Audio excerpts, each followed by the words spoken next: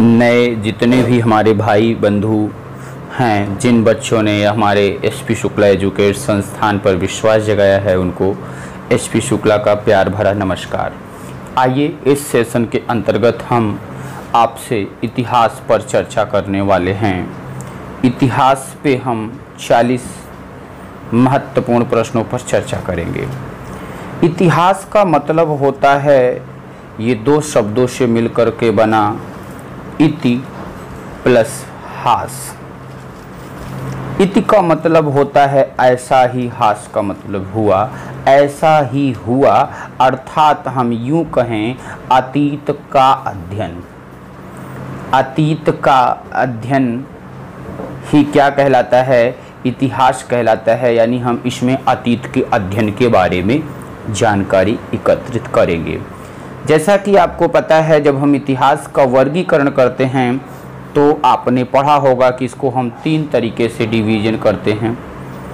पढ़ने की दृष्टि से आपने बांटा होगा प्राचीन भारत का इतिहास, मध्यकालीन भारत का इतिहास, उसके बाद आधुनिक भारत का इतिहास। अगर उसी में हम देखें तो आपने एक का नाम दे दिया प्रागैतिहासिक काल, प्रागैतिहासिक काल। दूसरे का नाम आपने दिया आद्य ऐतिहासिक काल। तीसरा नाम दिया आपने ऐतिहासिक काल। प्राग ऐतिहासिक काल के 3 भाग बांट दिए आपने, पुरापाषाण काल, मध्य पाषाण काल, नवपाषाण काल। पुरापाषाण काल का जो समय है, मध्य पाषाण काल का जो समय है, नवपाषाण काल का समय है, कभी कभी आपसे पूछ लिया जाता है। तो इसमें पुरापाषाण काल में कहा जाता है कि मानव सभ्यता का जब से विकास हुआ, जब से इतिहास लेखन की परंपरा आई, तब से लेकर के 10,000 ईस्वी पूर्व। मध्य पाषाण काल कहा जाता है 9,000 ईस्वी पूर्व से लेकर के 4,000 ईस्वी पूर्व। अलग अलग पुस्तकों में अलग अलग वर्णन मिलता है, अलग अलग विद्वानों के अनुसार। नवपाषाण काल जो है 4,000 ईस्वी पूर्व से लेकर के 2500 ईस्वी पूर्व। फिर आद्य ऐतिहासिक काल आता है। आद्य ऐतिहासिक काल को 2 भागों में बांटा जाता है, सिंधु घाटी सभ्यता और उसके बाद वैदिक सभ्यता। सिंधु घाटी सभ्यता का जो कार्यकाल था माना जाता है 2500 ईस्वी पूर्व से लेकर के 1500 ईस्वी पूर्व। फिर वैदिक सभ्यता आती है जिसका कार्यकाल 1500 ईस्वी पूर्व से लेकर के 600 ईस्वी पूर्व। वैदिक सभ्यता के भी 2 खंड कर दिए गए। एक का नाम दिया गया ऋग वैदिक काल और दूसरे का नाम दिया गया उत्तर वैदिक काल। ऋग वैदिक काल का जो समय था, इसको पूर्व वैदिक काल भी कहा गया, 1500 ईस्वी पूर्व से 1000 ईस्वी पूर्व। उत्तर वैदिक काल को बाद वाला वैदिक काल यानी 1000 ईस्वी पूर्व से 600 ईस्वी पूर्व दिया गया। फिर आता है ऐतिहासिक काल। ऐतिहासिक काल को मुख्यतः 4 खंडों में डिवीजन कर दिया गया, प्राचीन भारत, मध्यकालीन भारत, आधुनिक भारत, उसके बाद इसी को आपने बांट दिया आधुनिक विश्व के रूप में। प्राचीन भारत को आपने जो है कहें महाजनपद काल, मगध साम्राज्य, मौर्य साम्राज्य, मौर्योत्तर काल, गुप्त साम्राज्य, हर्षवर्धन काल में बांट दिया। मध्यकालीन भारत को आपने मुख्यतः 2 भाग, पूर्व मध्यकालीन और उत्तर मध्यकालीन। पूर्व मध्यकालीन 8वीं सदी से 12वीं शताब्दी तक, उत्तर मध्यकालीन 12वीं सदी से 18वीं शताब्दी तक आपने बांटा।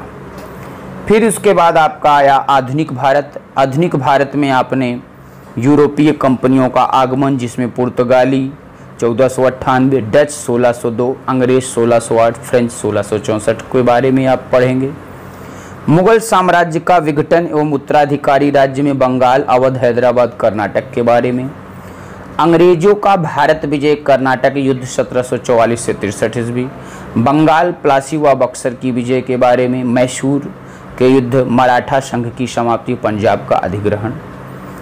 और इसी में आपने देखा दास्ता का बंधन, राष्ट्रवादी जागरण, स्वतंत्रता संग्राम की गतिशीलता, स्वातंत्र्योत्तर भारत आपने पढ़ा। फिर हम बात कर लें इसी में आधुनिक विश्व में 14वीं से लेकर के 16वीं सदी में, जिसमें पुनर्जागरण, धर्म सुधार आंदोलन, भौगोलिक खोज अभियान हुआ। 1750 ईस्वी से 1900 ईस्वी में औद्योगिक क्रांति, जिसमें आपकी अमेरिकी क्रांति आती है, फ्रांसीसी क्रांति, राष्ट्रवाद का उभार पढ़ें। 1900 ईस्वी से 1950 में प्रथम विश्व युद्ध 1914 से 18 के बारे में, रूसी क्रांति 1917 दो विश्व युद्धों के मध्य यूरोप, द्वितीय विश्व युद्ध 1939 से 45 के बारे में पढ़ेंगे। तो ये पूरी हिस्ट्री है, ये पूरी की पूरी जो हमने आपको बताया इतने कम शब्दों में, यही पूरा इतिहास है। उन्हीं इतिहास के बारे में हम 40 प्रश्नों पर चर्चा करने चल रहे हैं। आइए, पहला प्रश्न आपके सामने है, आपकी स्क्रीन पर है।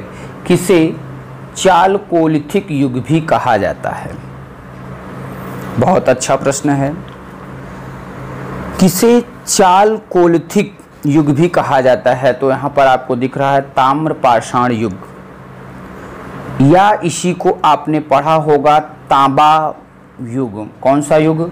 तांबा युग। नवपाषाण युग के बाद प्रारंभ होता है। ताम्रपाषाण युग के लोग अधिकांशतः पत्थर और तांबे के उपकरण का प्रयोग करते थे। इसे चालकोलिथिक युग भी कहा जाता है। इस काल की प्रमुख संस्कृति मालवा संस्कृति, जोरवे संस्कृति आदि आती हैं, यानी पहले क्वेश्चन का सही जवाब ऑप्शन सी हो गया। आइए आगे बढ़ते हैं। क्वेश्चन नंबर दूसरा, सिंधु सभ्यता का महान स्नानागार कहाँ से प्राप्त होता है? कौन से सभ्यता की बात हो रही? सिंधु सभ्यता। सिंधु सभ्यता का महान स्नानागार आपको पता है, मोहनजोदड़ो दिख रहा है आपको, जिसकी खोज 1922 ईस्वी में किसने किया था? आपसे पूछा गया है कई बार आपके एग्जामिनेशंस में। राखाल दास बनर्जी। राखाल दास बनर्जी ने कब किया था? 1922 ईस्वी में। क्या किया था? मोहनजोदड़ो की खोज की थी। यहीं से सिंधु सभ्यता के महान स्नानागार के साक्ष्य मिलते हैं। यह स्नानागार जो था, कहा जाता है कि 11.88 मीटर लंबा कितना था? 11.88 मीटर लंबा, 7.01 मीटर चौड़ा और 2.43 मीटर गहरा है। इसकी फर्श पक्की ईंटों से निर्मित है। इसमें उतरने के लिए उत्तर तथा दक्षिण की ओर सीढ़ियां बनी हुई है। मार्शल ने स्नानागार को तत्कालीन विश्व का आश्चर्यजनक निर्माण कहा है। विशाल स्नानागार धर्मानुष्ठान संबंधी स्नान के लिए था, यानी इस क्वेश्चन का सही जवाब ऑप्शन ए हो जाएगा। मोहनजोदड़ो की खोज किसने किया? 1922 ईस्वी में राखाल दास बनर्जी ने। बहुत सारे प्रश्न इसी के साथ आपके बीच में जग जाहिर हो गए। हड़प्पा की खोज कब हुई थी? तो हड़प्पा की खोज 1921 में हुई थी। यह भी आपसे एग्जाम में पूछा जा सकता है, क्योंकि हड़प्पा और मोहनजोदड़ो का बहुत ही घनिष्ठ संबंध है। हड़प्पा की खोज किसने किया था 1921 में? तो इनका नाम भी आपको पता होना चाहिए, दयाराम साहनी। लोथल जो है, लोथल की खोज जो है 1955 ईस्वी में किसने किया था? S.R. राव ने। S.R. राव ने, ये आपको पता होना चाहिए। कालीबंगा जो दिया हुआ है ये आपको पता ही है। तो मुख्य रूप से आपसे पूछा जाता है मोहनजोदड़ो और हड़प्पा। तो हड़प्पा की खोज 1921 में दयाराम साहनी ने किया। मोहनजोदड़ो की खोज 1922 ईस्वी में राखाल दास बनर्जी ने किया। सिंधु सभ्यता का महान स्नानागार कहाँ से मिला? मोहनजोदड़ो से। आइए क्वेश्चन नंबर 3 पर चलिए। क्वेश्चन नंबर 3 आपकी स्क्रीन पर है। प्राचीन भारत में निष्क नाम से जाने जाते थे। किस नाम से? निष्क नाम। तो ये दिख रहा है आपको स्वर्ण आभूषण। वैदिक काल में स्वर्ण आभूषणों को निष्क अथवा इसी को निशाका भी कहा जाता था। क्या कहा जाता था? निष्क अथवा निशाका कहा जाता था। कुरीर एवं कर्ण शोभन भी आभूषण थे। कालांतर में निष्क शब्द का प्रयोग स्वर्ण सिक्कों के लिए किया जाने लगा, जबकि बौद्ध जातक में क्रमशः 3 प्रकार के स्वर्ण सिक्कों का उल्लेख मिलता है, जिसमें आपका आता है, एक तो हो गया निष्क या निशाका, यानी यही हो गया निष्क या निशाका। दूसरा जो उल्लेख मिलता है वो मिलता है सुवर्ण का, और तीसरा जो मिलता है वो मिलता है मसाका का। निशाका जो था उच्च मूल्य वाली मुद्रा थी, जबकि मसाका निम्न मूल्य वाली मुद्रा थी। कभी कभी आपसे ये भी पूछा जाता है, तो इसको भी आप बता देंगे। तो किसमें प्राचीन भारत में निष्क की बात की जा रही थी, तो वहाँ पर हमने आपको बताया। ये हम आशा करते हैं कि आपको समझ में भी आ गया होगा। आइए क्वेश्चन नंबर 4 पर। महात्मा बुद्ध किस वंश से संबंधित थे? बहुत सारे प्रश्न बनते थे महात्मा बुद्ध से रिलेटेड।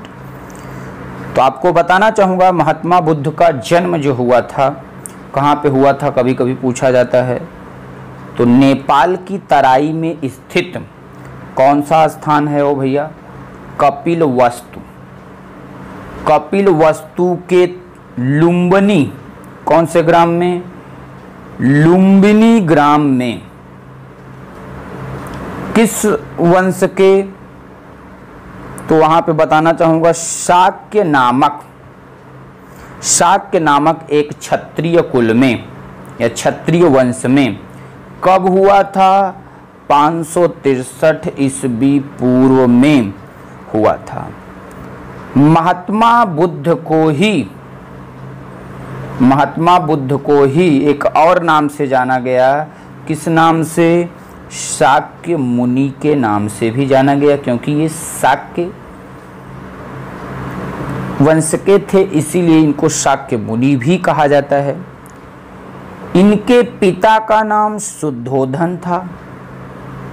इनके पिता का नाम शुद्धोधन। शुद्धोधन जो है कपिलवस्तु के शाक्यगढ़ के मुखिया थे। तो आपसे पूछा जा सकता है कि किसके मुखिया थे? तो शाक्यगढ़ के मुखिया भी थे। और भी बहुत सारे प्रश्न पूछे जाते हैं। तिथि कभी कभी पूछा जाता है कि इनका जन्म 563 ईस्वी पूर्व में किस तिथि को हुआ था? तो वैशाख पूर्णिमा के दिन 563 ईस्वी पूर्व में कपिलवस्तु के लुम्बिनी नामक स्थान पर हुआ था। बौद्धों के लिए सबसे इसीलिए पवित्र दिन ये होता है। कितने वर्ष की उम्र में ये घर छोड़ दिए? 29 वर्ष, 29 ईयर, 29 वर्ष की अवस्था में गृह त्याग किया। और ये जो गृह त्याग किया, इसी गृह त्याग को ही एक नाम से जाना जाता है, जिसको कहते हैं महाभिनिष्क्रमण। कई मर्तबे आपसे पूछा गया है कि किस घटना को महाभिनिष्क्रमण के नाम से जाना जाता है, तो उनका गृह त्याग करना ही महाभिनिष्क्रमण कहलाता है। ये भी पूछा जाता है कि किस वर्ष में इनको वटवृक्ष के नीचे ज्ञान प्राप्त हुआ था? तो 35 वर्ष की आयु में, 35 ईयर की आयु में। कहाँ पर? बोधगया कहाँ है? बिहार में। किस दिन? ये भी वैशाख पूर्णिमा की ही रात थी। वैशाख पूर्णिमा की रात में किस वृक्ष के नीचे? वट वृक्ष के नीचे। कौन सी नदी ये वृक्ष है और कौन सी नदी? तो पुनपुन नदी, जिसको निरंजना कहते हैं। पुनपुन नदी, निरंजना ज़्यादातर लोग जानते हो। निरंजना के तट पर सिद्धार्थ को ज्ञान प्राप्त हुआ, यानी महात्मा बुद्ध का नाम क्या था? सिद्धार्थ था, यानी सिद्धार्थ को ज्ञान प्राप्त हो गया। अब ज्ञान प्राप्त होने के बाद इनका नाम महात्मा बुद्ध हो गया। आशा करता हूं कि समझ में आ गया। आपसे जब ज्ञान प्राप्त हुआ, इसीलिए क्वेश्चन पूछा जाता है कि गौतम बुद्ध द्वारा अपने धर्म में दीक्षित किया जाने वाला अंतिम व्यक्ति कौन था? तो महात्मा बुद्ध अपने जीवन के अंतिम दिनों में धर्म प्रचार करने के लिए कौन सी नदी के तट पर? हिरण्यवती नदी के तट पर स्थित कुशीनगर मल्ल गणराज्य की राजधानी में अपने शिष्य चुंद के यहाँ पहुँचे, जहाँ शुकर माधव सुअर का मांस खाने के कारण 483 ईस्वी पूर्व में 80 वर्ष की उम्र में, कब, कितने वर्ष? 80 वर्ष की आयु में इनकी मृत्यु हो गई। बौद्ध ग्रंथों में इसे क्या कहा गया? महापरिनिर्वाण। परिनिर्वाण। देखिए, दो चीजें कंफ्यूजन में लाती हैं। जब घर छोड़ा, गृह त्याग किया तो उसको महाविनिष्क्रमण, अब संसार छोड़ दिया तो महापरिनिर्वाण कहा जाता है।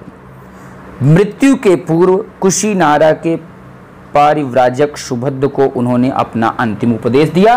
तो पूछा जाता है कि मरने के पहले किसको अपना उपदेश दिया था? तो पारी लिख लीजिए, इसको पूछा भी जाता है। परिव्राजक सुभद्र को अपना क्या किया था? अंतिम उपदेश दिया था। बौद्ध ने अपना प्रथम उपदेश कहाँ दिया था? कभी कभी पूछा जाता है। तो प्रथम उपदेश जो था इनका, वो सारनाथ ऋषि पत्तन में दिए थे, जिसे बौद्ध ग्रंथ में धर्म चक्र प्रवर्तन के नाम से जाना जाता है। धर्म चक्र प्रवर्तन कहा गया है। बुद्ध ने अंतिम वर्षाकाल वैशाली में बिताई थी। आशा करता हूँ कि समझ गए होंगे। एक पॉइंट बच रहा है तो उसको भी इसी में कर ही देते हैं। जैसे आपसे पूछा जाता है कि त्रिपिटक क्या है, तो त्रिपिटक बौद्ध साहित्य का एक प्रसिद्ध ग्रंथ है। देखो, इनके 2-3 चीजों पर मैं बात कर लेता हूं। जैसे त्रिपिटक नाम से लग रहा है त्रिपिटक, यानी बौद्ध साहित्यों में महात्मा बुद्ध के ज्ञान प्राप्त करने के समय से लेकर के महापरिनिर्वाण तक के प्रवचनों को संग्रहित किया गया। इन्हीं को त्रिपिटक कहा जाता है। त्रिपिटक के 3 भाग मिलते हैं। जैसे आपका हो गया, एक तो हो गया विनय पिटक, दूसरा हो गया अभिधम्म पिटक, और तीसरा हो जाता है आपका सुत्त पिटक। कौन सा पिटक? सुत्त पिटक। विनय पिटक की रचना किसने किया? तो विनय पिटक की रचना आपसे कई बार पूछा है, उपालि ने किया, जिसमें बौद्ध संघ के नियमों का वर्णन है, तथा सुत्त पिटक की रचना आनंद ने की। किसने की? आनंद ने की थी, जिसमें बुद्ध के उपदेशों और संवादों का संग्रह है। अभिधम्म पिटक की रचना जो है किसने किया? तिस्य ने किया था। किसने? तिस्य ने की थी, जिसमें बुद्ध के आध्यात्मिक एवं दार्शनिक विचारों का संकलन मिलता है। तो बहुत सारे प्रश्न यहाँ से निकल के आते हैं त्रिपिटक से। एक पॉइंट बच रहा है, अष्टांग मार्ग। अष्टांग मार्ग की बात करूं तो गौतम बुद्ध ने दुख की निवृत्ति के लिए अष्टांगिक मार्ग का उपदेश बताया। आपने बचपन से याद किया है, ये पॉइंट हमें याद है, आपको पता होगा। सम्यक दृष्टि, सम्यक संकल्प, सम्यक वाक, सम्यक कर्मात्, सम्यक आजीव, सम्यक व्यायाम, सम्यक स्मृति एवं सम्यक समाधि। अष्टांगिक मार्ग धर्म चक्र प्रवर्तन की विषय वस्तु का अंग है। अष्टांगिक मार्ग को भिक्षुओं का कल्याण मित्र भी कहा जाता है। क्या कहा जाता है इसको? भिक्षुओं का कल्याण मित्र। यहाँ से आप नोट कर लीजिए, पूछा हुआ प्रश्न है इसलिए मैं लुका रहा हूँ आपको। भिक्षुओं का कल्याण मित्र। कौन सा मित्र भैया? भिक्षुओं का कल्याण मित्र कहा गया। आपसे कभी कभी पूछा जाता है इनके गुरु के बारे में, नाम आता है तो आपको बताना चाहूँगा। आलार कालाम। आलार कालाम ये जो थे इनके साख्य दर्शन के आचार्य एवं प्रसिद्ध साधक थे। महाविनिष्क्रमण गृह त्याग के पश्चात ज्ञान की खोज में बुद्ध ने आलार कालाम से दीक्षा ली थी। दीक्षा का मतलब होता है शून्यवाद का ज्ञान प्राप्त करना, अतः उन्हें बुद्ध का गुरु भी कहा जाता है। बुद्ध के अन्य गुरु उदक रामपुत्र भी माने जाते हैं। लेकिन पूछा जाता है कभी कभी कि इन्होंने दीक्षा किससे ली थी, तो आलार कालाम से इन्होंने क्या किया था, दीक्षा लिया हुआ था। ये आपसे पूछे, आप आराम से कर जाएंगे, आशा करता हूँ। आइए क्वेश्चन नंबर 4 के बाद क्वेश्चन नंबर 5, महावीर स्वामी का जन्म किस कुल में हुआ था? ये भी प्रश्न है। अच्छा, देखने में एक प्रश्न बनेगा लेकिन हम बहुत सारे प्रश्नों को इसमें से निकाल के लाएंगे। महावीर स्वामी का जन्म किस कुल में हुआ था? तो आइए थोड़ा सा विस्तृत तौर से इस पर चर्चा कर लेते हैं। इनका जो जन्म हुआ था वो 540 ईस्वी पूर्व हुआ था। देखिए बच्चे, आप जो है महावीर स्वामी और गौतम बुद्ध में कन्फ्यूजन होते। गौतम बुद्ध का जन्म 563 ईस्वी पूर्व में हुआ था और इनका जन्म 540 ईस्वी पूर्व में हुआ। यानी पहले गौतम बुद्ध बौद्ध धर्म, फिर उसके बाद आपका जैन धर्म आ रहा है। इनकी जो जन्म स्थली है कहाँ पर हुआ था? कुंडग्राम। कुंडग्राम के वैशाली के निकट, वैशाली के निकट बिहार में। इनके पिता का नाम क्या था? महावीर स्वामी के पिता का नाम सिद्धार्थ। वज्र संघ के कुंडग्राम के घ्यात्रक क्षत्रिय कुल के प्रधान थे। कौन से कुल के? घ्यात्रिक। तो देखो यहां से निकल के आया कि कुल कौन था इनका? घ्यात्रिक कुल। तो ऑप्शन से तो आपको मिल गया इसका आंसर कि किस कुल में हुआ था? घ्यात्रिक कुल में। इनकी माता का नाम क्या था? इनकी माता का नाम त्रिशला था, जो लिच्छवी शासक चेटक की बहन थी। किसकी? चेटक की बहन थी। कई मर्तबे पूछा हुआ है। इनके बचपन का नाम क्या था? तो इनके बचपन का नाम वर्धमान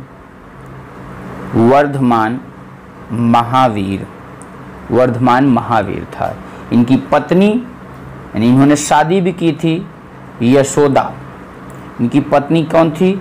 यशोदा कुंडीय गोत्र के राजा समरवती की कन्या थी। कभी कभी पूछा जाता है कि किस गोत्र की, तो ये थी, आप भैया जान लीजिए, कुंडीय गोत्र के राजा समरवती की कन्या थी। इनको पुत्री भी थी। इनकी पुत्री जो थी वो थी प्रियदर्शना आड़ोजा जिसको कहते हैं। इनका जो है पुत्री हुआ तो दामाद भी होगा। दामाद कौन था? जामली प्रथम विरोधी भी था।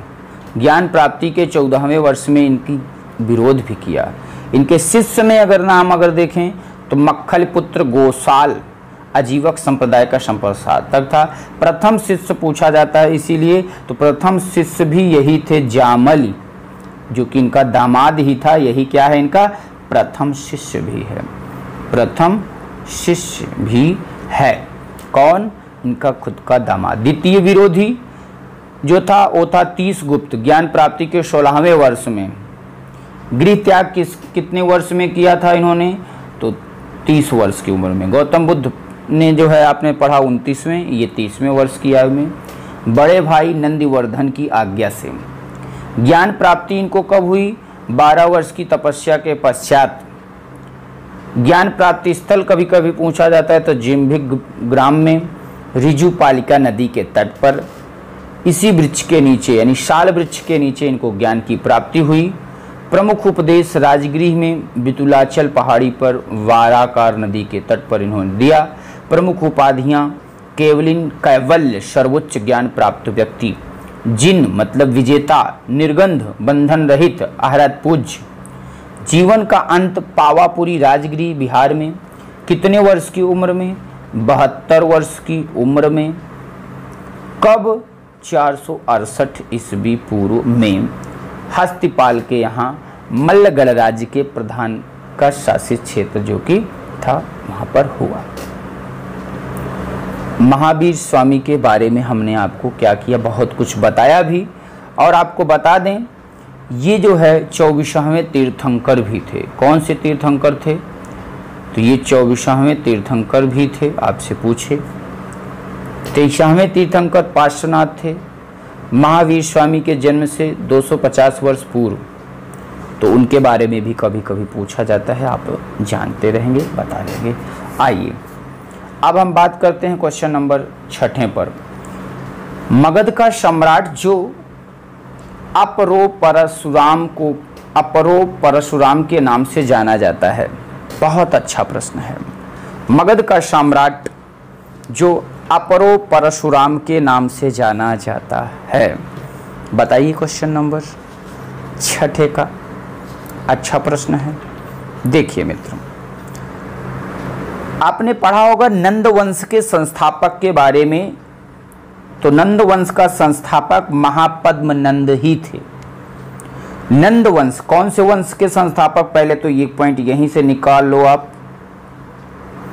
नंद वंश के संस्थापक महापद्म नंद को पुराणों में किस नाम से जाना जाता है? पुराणों में इनको अपरो परशुराम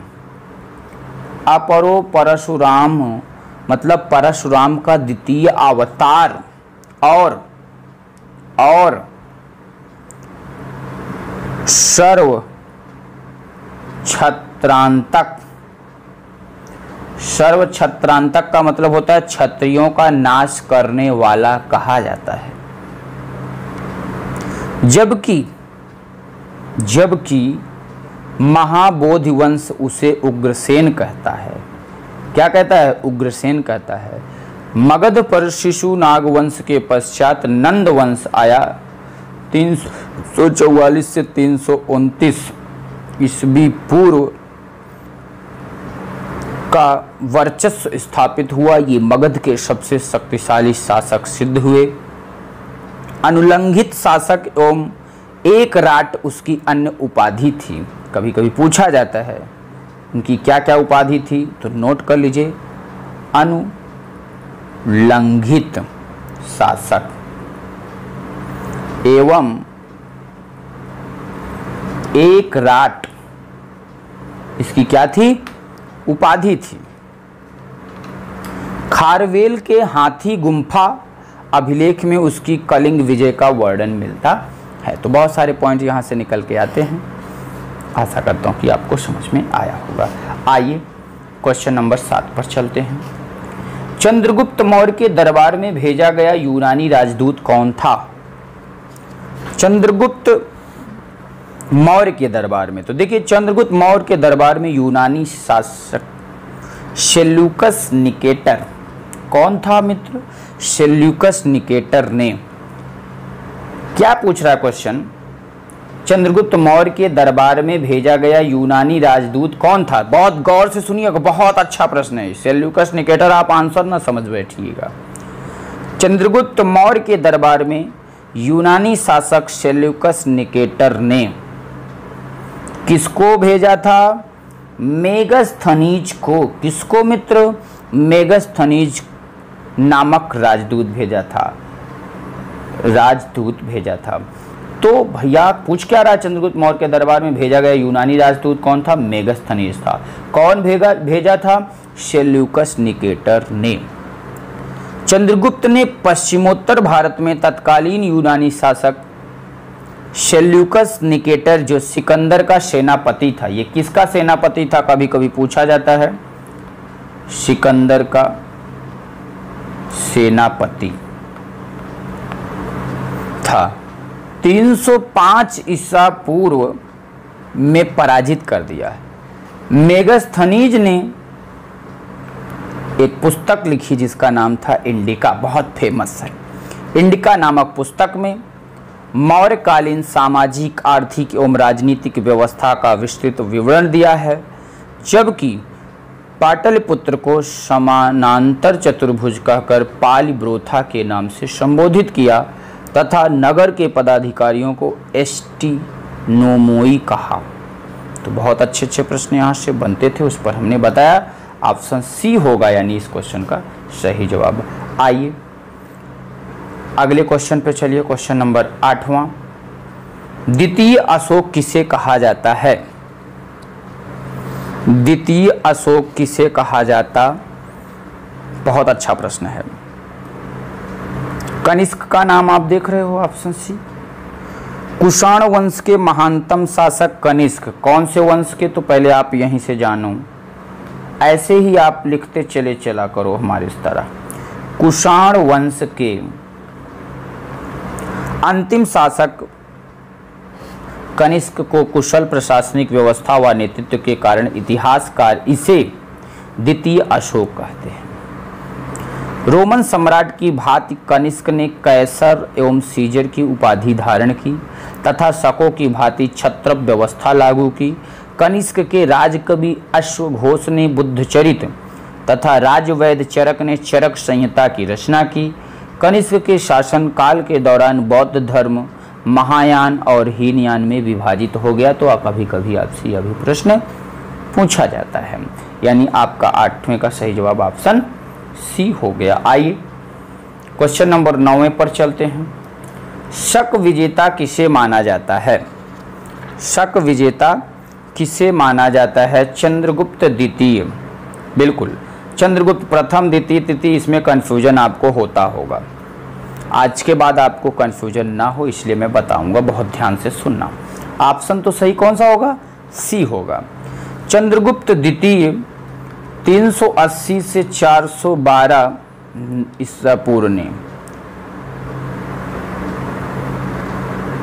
पश्चिमी भारत कहने का मतलब होता है उज्जैनी के अंतिम शक शासक रुद्र तृतीय को पराजित कर दिया।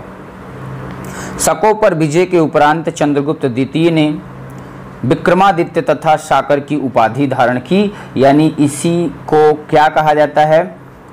विक्रमादित्य। क्या? विक्रमादित्य। तथा और एक नाम से जाना जाता है, बहुत बार पूछा है, वैसे शकरी है, शाकारी, इंग्लिश नाम है, शाकार की उपाधि धारण की तथा इसी विजय के उपलक्ष्य में चांदी के सिक्के जारी किए। क्या किया? चांदी का सिक्का भी जारी किया। तो आपसे क्वेश्चन पूछा जाता है कि चांदी के सिक्के किसने जारी किए? तो किसने जारी किए थे? चंद्रगुप्त द्वितीय ने, यानी विक्रमादित्य ने। अब देखो बच्चे, आपसे इसीलिए क्वेश्चन पूछा जाता है कि प्रथम गुप्त शासक जिसने सिक्के जारी किए थे। जब इस तरीके का प्रश्न आएगा तो गुप्त वंश के शासकों में चंद्रगुप्त प्रथम ने सोने के सिक्के जारी किए थे। जब वो ऐसे क्वेश्चन सिक्के की बात करेगा तो सबसे पहले चंद्रगुप्त प्रथम का नाम आ जाएगा। किसका सिक्का जारी किए थे? सोने का। तो देखो ऊपर आपको दिख रहा है चंद्रगुप्त प्रथम। गुप्त राजवंश की स्थापना श्री गुप्त 240 से लेकर के 280 ईस्वी, यहाँ भी क्या होता है? ईस्वी ही होता। देखो यहाँ भी ईस्वी ही होगा मित्र, ईसा पूर्व मैंने गलती से कह दिया। देखिए सुनिए, 240 से 280 ईस्वी ने की थी, जिसे आदिराज से भी संबोधित किया जाता था। उसने महाराज की भी उपाधि धारण की थी, जबकि गुप्त राजवंश का वास्तविक संस्थापक, आपको ये आदि के बारे में बात कर रहा हूं, किसके बारे में? श्रीगुप्त के बारे में मैंने बताया, क्योंकि ये आपको वास्तविक संस्थापक चंद्रगुप्त प्रथम को माना जाता है। इनका जो कार्यकाल है 319 से 350 ईस्वी को माना जाता है। यह गुप्त राजवंश का प्रथम शासक था जिसने महाराजाधिराज की उपाधि धारण की। इसने गुप्त संवत 319 से 320 ईस्वी प्रारंभ किया था। तो यह भी प्रश्न आपसे पूछा जाता है। आशा करता हूं कि आपको समझ में भी आ गया होगा। आइए अगले क्वेश्चन की तरफ बढ़िए।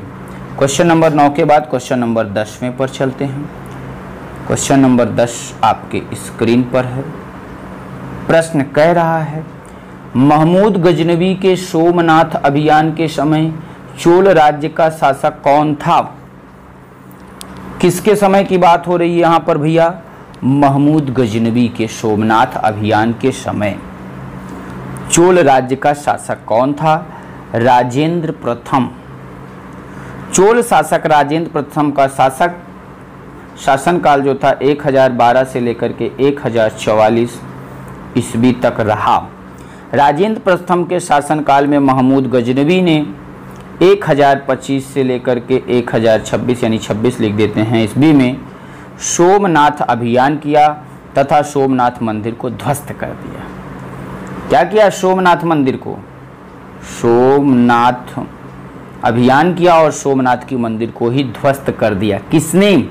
महमूद गजनवी ने। तो आपसे क्वेश्चन पूछा जा सकता है कि सोमनाथ मंदिर को किसने ध्वस्त किया था? महमूद गजनवी ने। आशा करता हूं कि आपको समझ में भी आ गया होगा। आइए आगे बढ़ते हैं। क्वेश्चन नंबर 11, लिंगराज मंदिर कहाँ स्थित है? लिंगराज मंदिर कहाँ स्थित है? तो लिंगराज मंदिर भुवनेश्वर, भुवनेश्वर कहाँ पर है? ओडिशा। ओडिशा का सबसे बड़ा मंदिर लिंगराज मंदिर ही है, जो कि कलिंग वास्तुकला की उत्कृष्टता का प्रतिनिधित्व करता है। यह मंदिर भगवान हरिहर, भगवान विष्णु और शिव के संयुक्त रूप भुवनेश्वर तथा उनकी पत्नी भुवनेश्वरी को समर्पित है। इसका निर्माण 11वीं शताब्दी में, कौन सी शताब्दी में? 11वीं शताब्दी में। किसके द्वारा भैया? जजत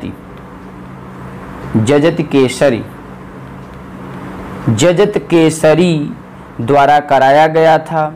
लिंगराज मंदिर के पास बिंदुसार सरोवर स्थित है। तो आपको समझ में आया इसका क्वेश्चन का सही जवाब सी हो गया। आइए अगले क्वेश्चन की तरफ। क्वेश्चन नंबर 12,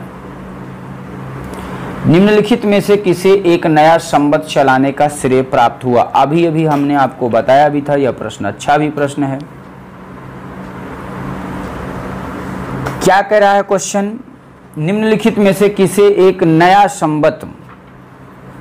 संवत चलाने का श्रेय प्राप्त हुआ?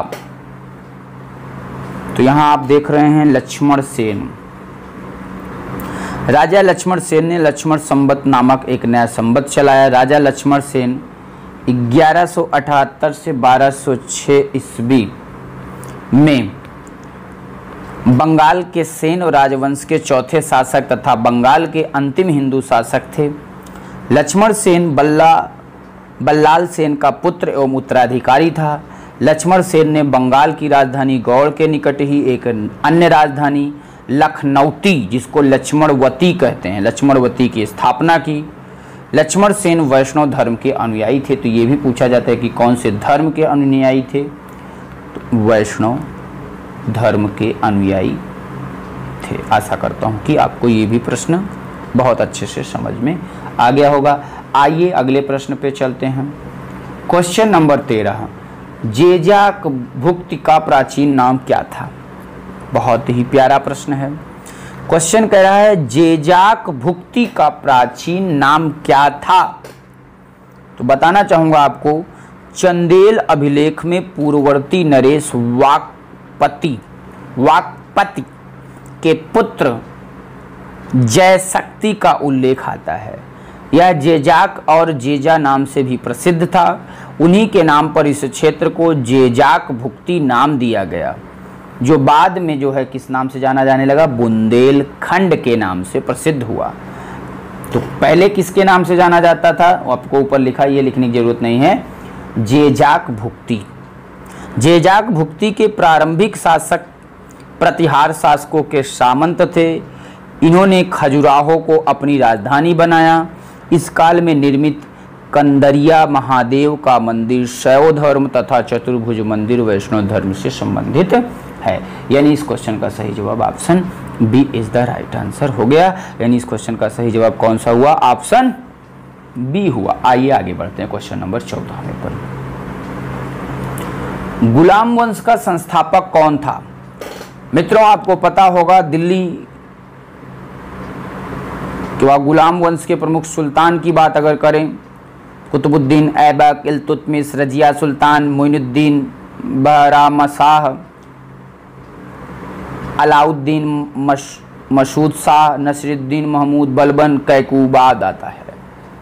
लेकिन ये जो गुलाम वंश है, दिल्ली सल्तनत के कार्यकाल को जब आप बंटवारा करोगे, गुलाम वंश, खिलजी वंश, तुगलक वंश, सैयद वंश और लोदी वंश में बट जाएगा।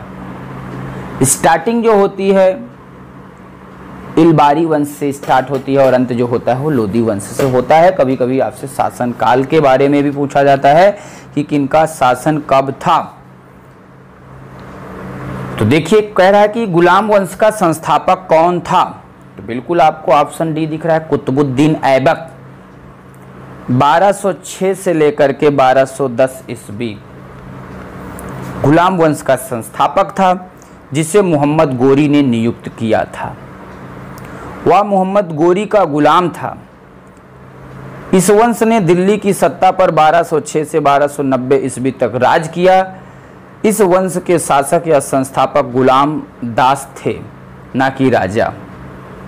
क्या थे? गुलाम दास थे, ना कि राजा। यानी दास थे, राजा नहीं थे। इसीलिए इस वंश को मामलुक वंश भी कहा जाता है। किस वंश से जाना जाता है इसी गुलाम वंश को? भैया लिख लो, मामलुक वंश भी कहा जाता है, क्योंकि गुलाम थे, उन्हीं ने दे दिया। किसने दे दिया? मोहम्मद गोरी ने। तो भैया समझ में आया कि नहीं? यहाँ तक किसी को दिक्कत नहीं होनी चाहिए। वैसे आपको बता दूं, मोहम्मद गोरी को सर्वप्रथम किसने पराजित किया था पूछा जाता है? भीम द्वितीय ने। जब आप दिल्ली सल्तनत की बात करोगे, किसकी बात करोगे? दिल्ली सल्तनत में इल्तुतमिश, अलाउद्दीन खिलजी, बलबन, कुतुबुद्दीन ऐबक, ये सभी आ रहे हैं। आपको बताना चाहूँगा, दिल्ली सल्तनत में आप जब देखोगे पहला आप वंश जो आता है उसको कहोगे गुलाम वंश। कभी कभी इनका कार्यकाल पूछा जाता है कि कौन से वंश कैसे आते हैं, तो गुलाम वंश 11 शासक हुए। कितने शासक हुए गुलाम वंश में? टोटल 11 शासक हुए। कुतुबुद्दीन ऐबक, आराम शाह, इल्तुतमिश, रुकनुद्दीन फिरोज शाह, रजिया सुल्तान, मुइनुद्दीन बहरम शाह, अलाउद्दीन मसूद शाह, नसरुद्दीन महमूद, गयासुद्दीन बलबन, मुइनुद्दीन कैकूबाद क्यूमर्स। कुतुबुद्दीन ऐबक जिसका कार्यकाल जो था, आपको बताया कि गुलाम वंश का संस्थापक कौन था, तो यही इसका क्या है? संस्थापक ही है। इसका कार्यकाल जो था वो 1206 से लेकर के 1210 ईस्वी, 1206 से लेकर के 1210 ईस्वी इसने राजधानी लाहौर बनाई। कुतुबी राजवंश, इसके बाद आराम शाह आता है।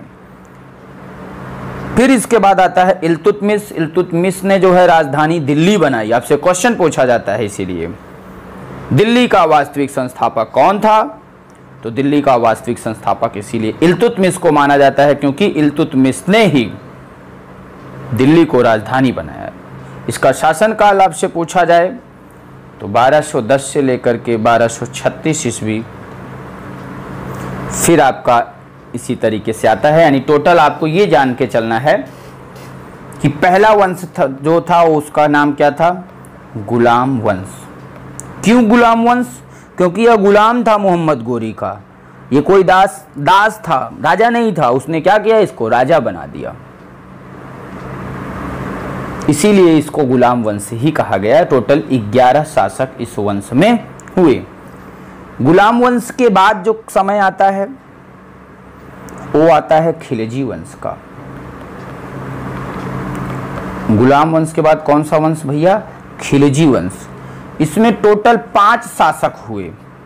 जलालुद्दीन फिरोज शाह खिलजी, अलाउद्दीन खिलजी, शिहाबुद्दीन उमर, कुतुबुद्दीन मुबारक शाह खिलजी, नसीरुद्दीन खुसरो खां।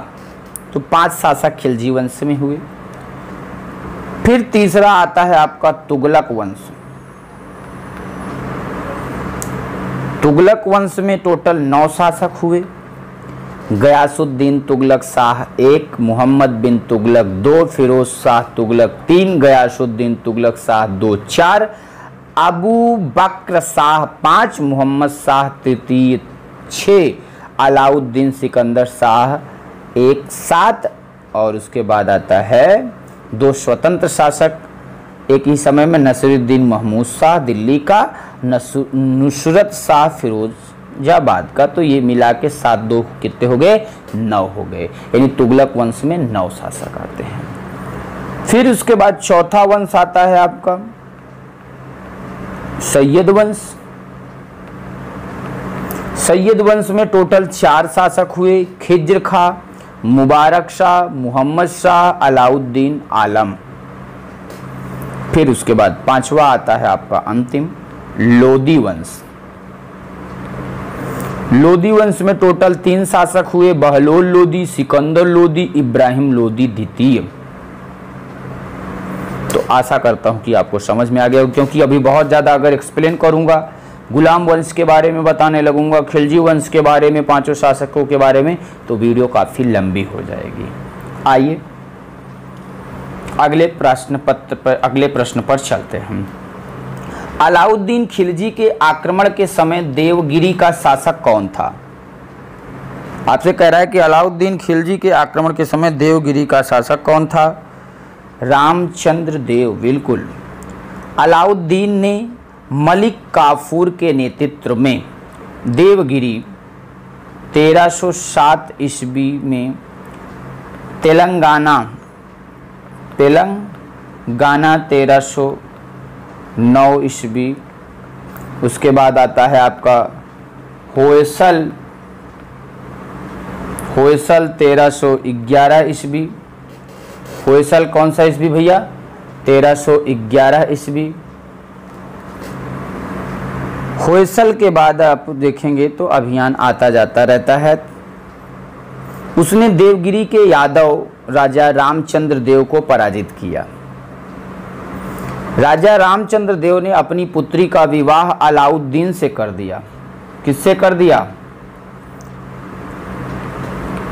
अलाउद्दीन से कर दिया। बहुत प्यार से समझना, रामचंद्र देव क्या थे? यादव थे। इसने अपनी पुत्री का विवाह किससे कर दिया? अलाउद्दीन से कर दिया, जिसके बदले अलाउद्दीन ने उसे क्या दिया था? 1 लाख टंका, 1 स्वर्ण छत्र, 1 स्वर्ण छत्र एवं राय रायन की उपाधि प्रदान की थी। तो इतने सारे प्रश्न बनते हैं, समझ में आया कि नहीं? देवगिरी के यादव राजा कहाँ के थे भैया? यादव राजा जी देवगिरी। देवगिरी के यादव राजा रामचंद्र देव को पराजित किया। राजा रामचंद्र देव ने अपनी पुत्री का विवाह अलाउद्दीन से कर दिया। आप देखते थे पहले, अभी तो युद्ध नहीं होता, पहले क्या होता था? युद्ध होता था तो किसके लिए युद्ध होता था? आप अभी तो मान लीजिए आधुनिक युग बहुत अच्छा, बहुत स्मार्ट है, अभी स्त्रियों को बहुत सम्मान है। अगर प्राचीन काल देखो तो स्त्रियों के लिए युद्ध छिड़ जाता था, लोग लड़ झगड़ कर लेते थे। पिता पुत्री का जो है अपने स्वार्थ में, लोभ में जो है निकाह कर देता था, विवाह कर देता था। कहीं पुत्रियां, कहीं कुछ पाने के लिए कुछ लोग ऐसा करते थे, विवाह करके हड़प लेते थे। किसी को हराना है तो बहुत सारे ऐसे राजा हुए कि उनकी इस बिटिया को ही फंसा लिए कि शादी कर लेंगे, कमजोर पड़ जाएगा। तो पहले तो और स्थिति नाजुक थी, खास तौर से मुस्लिम शासक जितने हुए, जो दिल्ली सल्तनत था उसमें ये ऐसी चीजें देखने को मिली।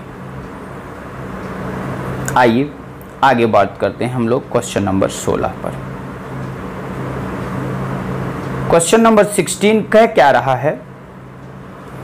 मोहम्मद बिन तुगलक ने तुगलक की निम्न योजनाओं को उनके कालक्रमानुसार व्यवस्थित कीजिए। मोहम्मद बिन तुगलक, तुगलक वंश के बारे में अब आपको क्या करना है? कालक्रमिक तरीके से वर्णन करना है। दोआब में कर वृद्धि जो हुई थी, ये कौन से सन में हुई थी? 1325 ईस्वी में। 1325 ईस्वी में दोआब में कर वृद्धि हुई थी। सांकेतिक मुद्रा का जो प्रचलन हुआ था ये 1329 ईस्वी में हुआ था। राजधानी परिवर्तन की जो परंपरा आई ये 1326 ईस्वी में उभर कर आई। खुरासान अभियान जो था ये आपका 1330 ईस्वी में, 1330 ईस्वी में हुआ। तो जरा बताओ फिर आखिर पहला कौन है? दोआब। दूसरा कौन हुआ? राजधानी परिवर्तन। फिर क्या हुआ? सांकेतिक मुद्रा का प्रचलन। फिर उसके बाद खुरासान अभियान। यानी 1, 3, 2 और 4 कौन है? 1, 3, 2 और 4 यानी option C is the right answer हो गया। आशा करता हूँ कि समझ में आपको आ गया होगा। यहाँ तक किसी को किसी प्रकार से दिक्कत नहीं होना चाहिए। बहुत सारे प्रश्न वैसे बन के आते हैं आपसे क्वेश्चन के तौर पर इसी में पूछा जाता है कि दिल्ली के किस सुल्तान ने खैरात विभाग, सरकारी अस्पताल और दफ्तर रोजगार बनवाया था? तो उसमें भी बात आती है फिरोज शाह तुगलक की। उसमें बात आती है फिरोज शाह तुगलक की। फिरोज शाह तुगलक का शासनकाल जनहित के कार्यों व ब्राह्मण या हिंदू विरोधी के रूप में प्रसिद्ध रहा। इसके काल में दीवान ए खैरात असहाय व गरीबों की मदद के लिए दीवान ए बंदगान दास विभाग, दारुल सफ़ा सरकारी अस्पताल, दफ्तर ए रोजगार की स्थापना की गई। इसी से आपसे क्वेश्चन पूछा जाता है कि दिल्ली का सुल्तान जिसने ब्राह्मणों पर जजिया कर लगाया था, तो फिरोज शाह तुगलक। कौन सा तुगलक? फिरोज शाह तुगलक ब्राह्मणों पर जजिया कर लगाने वाला प्रथम मुसलमान शासक था। इस कर के विरोध में दिल्ली के ब्राह्मणों ने भूख हड़ताल कर दी तथा अंत में दिल्ली के हिंदुओं ने ब्राह्मणों के बदले स्वयं इस कर को चुकाने का निर्णय लिया था। फिरोज शाह तुगलक को मध्यकालीन भारत का प्रथम कल्याणकारी निरंकुश शासक कहा जाता है। इसे सल्तनत युग का अकबर भी इसीलिए कहा जाता है। आइए आगे बढ़ते हैं हम नेक्स्ट क्वेश्चन पर। क्वेश्चन नंबर 17, लोदी वंश का अंतिम शासक कौन था? क्वेश्चन नंबर 17 कह रहा है 15 के बाद 17 आ गया, कैसे देखें? अच्छा 16 चल रहा था, अब 17 आया। ठीक है। क्वेश्चन नंबर 17 कह रहा है लोदी वंश का अंतिम शासक कौन था? या लोदी वंश किसके द्वारा स्थापित किया गया ये भी पूछा जाए, लेकिन आपसे पूछा है अंतिम। तो लोदी वंश का अंतिम शासक इब्राहिम लोदी था। कौन था? इब्राहिम लोदी अंतिम शासक था। बाबर ने 1526 ईस्वी, बहुत फेमस ये है, आपको पता है, 1526 ईस्वी में इब्राहिम लोदी को पानीपत के प्रथम युद्ध में पराजित किया। यानी इसी समय कौन सा युद्ध हुआ था? पानीपत का प्रथम युद्ध। किसके किसके बीच में हुआ ये भी आपको मिल गया। बाबर ने 1526 ईस्वी में इब्राहिम लोदी को, यानी किसके किसके बीच में हुआ? बाबर एवं इब्राहिम लोदी के बीच में। बाबर एवं इब्राहिम लोदी के बीच में। इब्राहिम लोदी को पानीपत के प्रथम युद्ध में पराजित किया। यानी बाबर ने क्या किया? पराजित कर दिया, इब्राहिम लोदी हार गया एवं मुगल साम्राज्य की नींव रखी। वहीं समय ये क्या किया? मुगल साम्राज्य की इसने क्या किया? नींव रखी। इब्राहिम लोदी युद्ध स्थल पर मारा जाने वाला दिल्ली सल्तनत का प्रथम और अंतिम सुल्तान था। यह भी आपसे क्वेश्चन पूछा जाता है। फर्स्ट एंड लास्ट एम्परर ऐसा हुआ जो कि युद्ध स्थल पर मारा गया था। युद्ध स्थल पर ही मार दिया गया था। किसने मारा था? बाबर ने। बहुत अच्छा प्रश्न पूछा है। लेकिन क्वेश्चन क्या कह रहा है? लोदी वंश का अंतिम शासक कौन था? तो हो गया भाई, जब मार दिया गया तो खत्म, इब्राहिम लोदी ही क्या हो गया? अंतिम शासक हो गया। क्वेश्चन आपसे कहता है अगर कि लोदी वंश किसके द्वारा स्थापित किया गया, तो ऑप्शन ए दिख रहा है आपको, बहलोल लोदी। तो बहलोल लोदी ने अंतिम सैयद शासक किसको हराया था? ये अलाउद्दीन आलम शाह को अपदस्थ कर लोदी वंश की स्थापना की थी। इस वंश का जो शासन काल था वो 1451 से लेकर के 1526 ईस्वी तक चला, क्योंकि 1526 ईस्वी में बाबर ने इब्राहिम लोदी को युद्ध में ही मार दिया, तब जाके इसका अंत हो गया और एक नए शासक के रूप में नया वंश आया और उस वंश का नाम दिया गया, कौन सा वंश? अभी तो हमने बताया, मुगल साम्राज्य। आशा करता हूँ कि समझ में आ गया होगा। चलें आगे, आइए। अच्छा, कुछ बच्चे देखो ऑप्शन डी दिया हुआ है, सिकंदर शाह, इनके बारे में भी बता दूं आपको, दौलत खान लोदी के बारे में भी बता दूं अगर आपको। देखो सिकंदर लोदी जो दिया हुआ है, अगर आपसे क्वेश्चन करता कि आगरा शहर की स्थापना कौन की थी, तो इसने किया आगरा शहर की स्थापना। आगरा शहर का संस्थापक है, ये वास्तविक संस्थापक माना जाता है किसको? सिकंदर लोदी को, आगरा शहर का संस्थापक। चलिए इतना तो आप समझ जाएंगे, आगरा शहर का संस्थापक। सिकंदर लोदी का जो शासन काल था वो 1489 से 1517 ईस्वी तक रहा।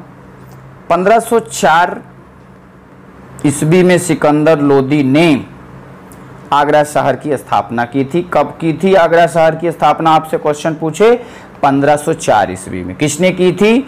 सिकंदर लोदी ने की थी। एवं 1506 ईस्वी में उसने अपनी राजधानी दिल्ली से आगरा स्थानांतरित कराई। तो उसने क्या की थी? राजधानी दिल्ली से आगरा स्थानांतरित करवाया। सिकंदर लोदी ने मुहर्रम और ताजिया निकालना बंद कर दिया।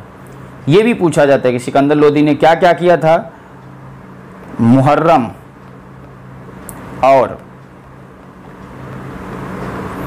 ताजिया, नोट कर लीजिए, मुहर्रम और ताजिया निकालना बंद कर दिया तथा मस्जिदों को सरकारी संस्थाओं का रूप प्रदान करके उन्हें शिक्षा का केंद्र बनाने का प्रयत्न किया। आशा करता हूं कि आपको समझ में भी आ गया होगा। आइए अगले प्रश्न की तरफ बढ़ते हैं। क्वेश्चन नंबर 18, विजयनगर साम्राज्य की स्थापना किसने की थी? मोहम्मद बिन तुगलक द्वारा। दक्षिण में कंपली में हुए विद्रोह को दबाने के लिए भेजे गए सेनापति हरिहर और बुक्का ने संत विद्यारण्य के प्रभाव में आकर 1336 ईस्वी में विजयनगर साम्राज्य की स्थापना की थी। हरिहर एवं बुक्का पहले वारंगल के काकतीय शासक प्रतापरुद्र देव के सामंत थे। विजयनगर साम्राज्य की राजभाषा कभी कभी पूछी जाती है, कैसी थी? तेलुगु थी। कैसी थी मित्र? तेलुगु थी। आशा करता हूं कि समझ में आ गया होगा। आइए क्वेश्चन नंबर 19वां। क्वेश्चन नंबर 19, 1565 ईस्वी में कौन सा प्रसिद्ध युद्ध हुआ था?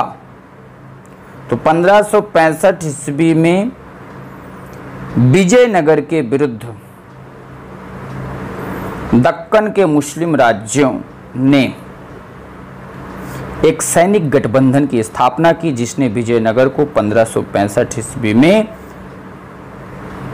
तालीकोटा का युद्ध, या इसी को एक और नाम से जाना जाता है, किस नाम से?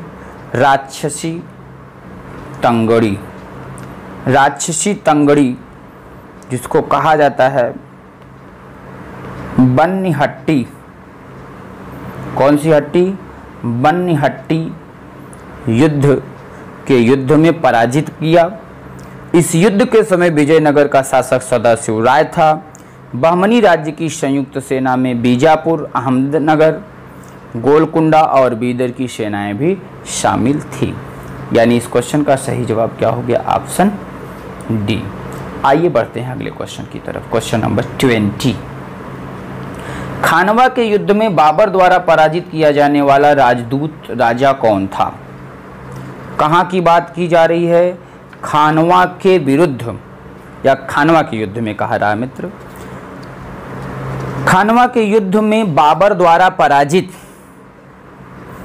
बाबर द्वारा पराजित यानी मुगल बादशाह की बात हो रही है। मुगल बादशाह में बाबर, हुमायूं, अकबर, जहांगीर, शाहजहां, औरंगजेब, बहादुर शाह प्रथम, शाहजहां द्वितीय, मोहम्मद शाह रंगीला, आलमगीर द्वितीय, शाह आलम द्वितीय का वर्णन होता है। मुगल शासकों के मकबरे के बारे में पूछा जाता है, उस पर भी चर्चा करूंगा, लेकिन पहले इस क्वेश्चन पे आपसे बातें करूंगा। खानवा के युद्ध में बाबर द्वारा पराजित किया जाने वाला राजपूत कौन था, ये क्वेश्चन आपसे पूछा जा रहा है। तो पहले तो आप ये जान जाओ मित्र, खानवा का जो युद्ध हुआ था यह 16 मार्च 1527 ईस्वी को किसके किसके बीच में हुआ था? बाबर एवं मेवाड़। बाबर एवं मेवाड़ के राजा, नाम लिख देता हूं, राणा सांगा। बाबर एवं राणा सांगा के मध्य हुआ था। इसी युद्ध में बाबर ने किसका नारा दिया था, यह भी पूछा जाता है। तो इसी युद्ध में बाबर ने जिहाद का नारा दिया। किसने दिया? बाबर ने दिया था। इस युद्ध में विजय के उपरांत बाबर ने गाजी की उपाधि धारण की। किसकी उपाधि धारण की? गाजी की उपाधि धारण की। इतिहासकार आशीर्वादी लाल श्रीवास्तव के अनुसार बाबर एवं राणा सांगा की सेनाओं में 1:2 का अनुपात था, यानी 1:2 था। उसके बाद भी बाबर क्या हुआ? विजयी हुआ। यानी इस क्वेश्चन का सही जवाब क्या कहेगा? ऑप्शन ए, राणा सांगा। क्या हो जाएगा फ्रेंड्स? राणा सांगा हो जाएगा। थोड़ा सा अगर मैं आपको बता दूं, खानवा के युद्ध में हमने आपको बताया कि बाबर द्वारा पराजित किया जाने वाला राजदूत कौन था? तो राणा सांगा था। कभी कभी आपसे क्वेश्चन पूछा जाता है कि इनका मकबरा कहाँ है, तो आप याद कर लीजिए, बाबर का मकबरा जो है वो है आगरा और काबुल। हुमायूं का मकबरा आपसे पूछा जाए कहाँ था? दिल्ली। अकबर का मकबरा सिकंदरा। सिकंदरा का मतलब क्या है? आगरा। आगरा जान लीजिए। जहांगीर का जो मकबरा था ये लाहौर, मतलब शाहदरा। फिर नाम आ जाता है इसी में शाहजहां का। ये कहाँ है भैया? आगरा में। उसके बाद बात करते हैं औरंगजेब की। औरंगजेब ये कहाँ पर है? औरंगाबाद। डायरेक्ट क्वेश्चन कई बार पूछा हुआ है। औरंगाबाद। औरंगाबाद कहाँ है? दौलताबाद। कहाँ पे भैया? दौलताबाद। बहुत अच्छे से अगर हम मुगल वंश के शासक व उनके उत्तराधिकारी की बात करेंगे थोड़ा सा लंबा हो जाएगा। बाकी हम धीरे धीरे हर एक प्रश्नों को आपके बीच में यूं ही लाते चले जाएंगे। जो भी इम्पोर्टेंट है हम सब कुछ कराएंगे। आप एकदम निश्चिंत रहिए, कुछ भी छोड़ने वाले नहीं हैं, पूरा कराएंगे। आइए अगले क्वेश्चन पर। आइन ए अकबरी पुस्तक का लेखक कौन है? किसकी बात की जा रही है मित्र?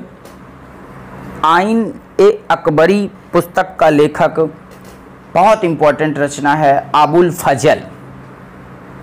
अकबर के दरबारी इतिहासकार अबुल फजल ने अकबर की प्रेरणा से अकबर नामक ग्रंथ की, अकबरनामा वैसे था, कौन सा ना? अकबरनामा ग्रंथ की रचना की। यह ग्रंथ 3 खंडों में विभक्त हुआ। आइन ए अकबरी इसी का तीसरा खंड है। तो क्या कह रहा है? आइन ए अकबरी, यही जो खंड किए, रचना किए, 3 खंड में बटा, उसी का तीसरा खंड है आइन ए अकबरी। आइन ए अकबरी को अबुल फजल ने 5 खंडों में विभक्त किया, यानी अब इसके भी 5 खंड बांट दिए जाते हैं। चलिए, यानी इस क्वेश्चन का सही जवाब ऑप्शन बी हो गया। आइए आगे बढ़ते हैं क्वेश्चन नंबर 21 के बाद क्वेश्चन नंबर 22 पर। जहांगीर की निम्नलिखित पत्नियों में से किसने आत्महत्या की थी? जहांगीर की जो पत्नियां हुई आपसे क्वेश्चन पूछा जाता है जहांगीर के बारे में डायरेक्टली कि 2 अस्पा एवं सिंह अस्पा प्रथा किसने प्रारंभ की थी, तो ये जहांगीर ने ही किया था। जहांगीर की निम्नलिखित पत्नियों में से किसने आत्महत्या की थी, तो बताना चाहूँगा आपको ऑप्शन बी, शाह बेगम। जहांगीर की पत्नी शाह बेगम ने जहांगीर की शराब की आदतों से दुखी होकर आत्महत्या कर ली थी। शाह बेगम का वास्तविक नाम जो था वो मानबाई था। क्या नाम था इनका वास्तविक नाम, आप लोग जान लीजिए, मानबाई। वास्तविक नाम क्या था मित्र, मानबाई था। मानबाई से जहांगीर के सबसे बड़े पुत्र कौन, खुसरो। खुसरो का जन्म हुआ था।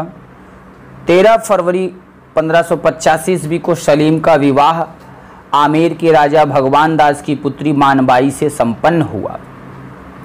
मानबाई को सलीम जहांगीर ने, जहांगीर को ही तो सलीम कहा जाता है, शाह बेगम की उपाधि प्रदान की थी। आपने जैसा कि देखा भी होगा, नाटक भी आप देखे थे, बीच में आ रहा था, नाटक के माध्यम से आप लोगों को बहुत अच्छे से क्लियर हो गया है। Option B is the right answer.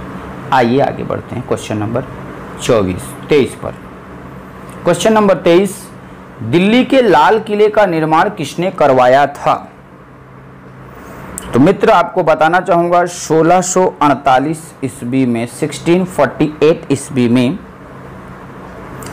Shahjahan ने दिल्ली में अपने नाम पर शाहजहानाबाद नगर की स्थापना की। किस नगर की स्थापना की, शाहजहानाबाद नगर की स्थापना की तथा अपनी राजधानी आगरा से दिल्ली स्थानांतरित की। शाहजहानाबाद के भवनों में लाल किला प्रमुख है। इसका निर्माण कार्य हमीद और अहमद नामक शिल्पकार के संरक्षण में संपन्न हुआ। वर्ष 2007 में इसे यूनेस्को की विश्व विरासत सूची में भी शामिल कर लिया गया।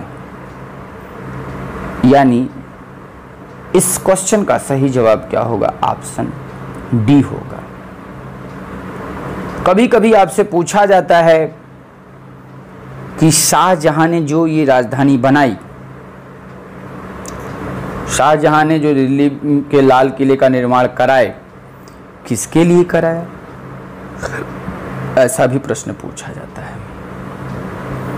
जामा मस्जिद का निर्माण किसने करवाया, तो जामा मस्जिद, दिल्ली की जामा मस्जिद का निर्माण भी शाहजहां ने 1648 ईस्वी में ही कराया था। अब इस लाल किला के बारे में थोड़ा सा बता दें। मुमताज महल का नाम आपने सुना होगा। मुमताज महल लिख लीजिए, अच्छा लिख देता हूं, एक सेकंड। मुमताज महल, जिसका वास्तविक नाम आप बच्चे जान जाइए, अर्जुमंद बानो बेगम। जैसे आपके पतिदेव आपको प्रेम से कुछ कहते हो, आपके लिए कुछ कर दें, जो कर दिया उसी के नाम पे आपका नाम पड़ गया। महल बनवाया लाल किला, तो उसी से मुमताज महल कहलाई। बस की वास्तविक नाम क्या था, अर्जुमंद बानो बेगम। मुमताज महल का जन्म अगर देखें, यानी इनका जन्म, यानी वही अर्जुमंद बानो का जन्म जो हुआ था अप्रैल 1593 में।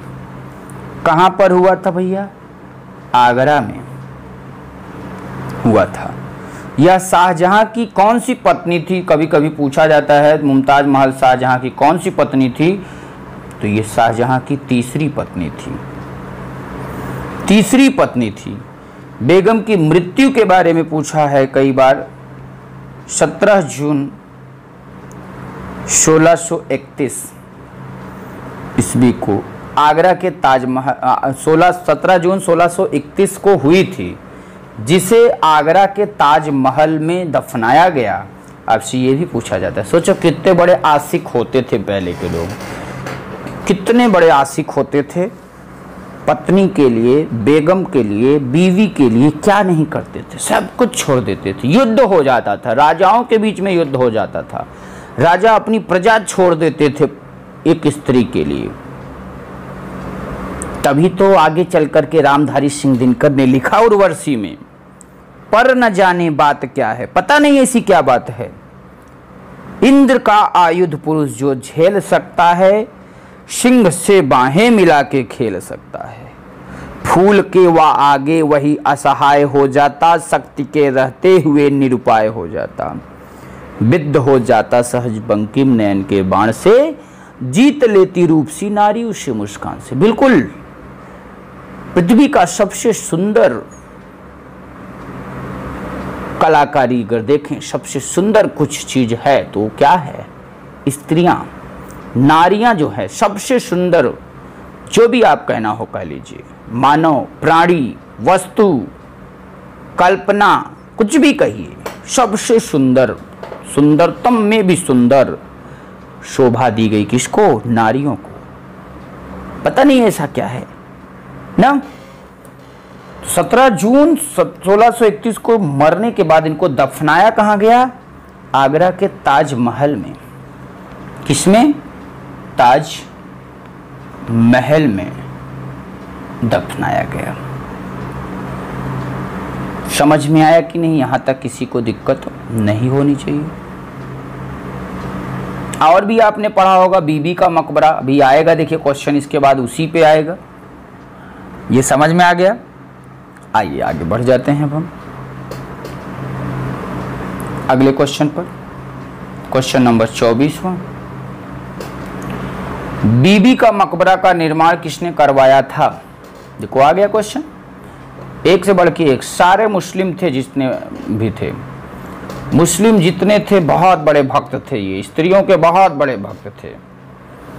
आज भी देखिए मुस्लिम जो होते हैं अपनी पत्नियों से यानी बेगम से बहुत प्यार करते हैं, ऐसा लगता है दिखने में। जो हमारे मुस्लिम भाई बहनें होंगे वो जवाब जरूर देंगे, जानते भी हैं, ऐसा होता भी है, करना भी चाहिए। वैसे सभी को प्रेम करना चाहिए, लेकिन हाँ इतना भी नहीं कि ऊपर से निकले। तो देखिए बीवी का मकबरा, पहले तो आप ये पूछा जा सकता है कि किस राज्य में? तो महाराष्ट्र, महाराष्ट्र राज्य के कौन से जिले में? औरंगाबाद जिले में। तो पहले आपसे पूछा जाए कौन से राज्य में है, तो दो प्रश्न पूछा जाए। महाराष्ट्र राज्य में, महाराष्ट्र राज्य के कौन से जिले में? औरंगाबाद, औरंगाबाद जिले में अवस्थित है।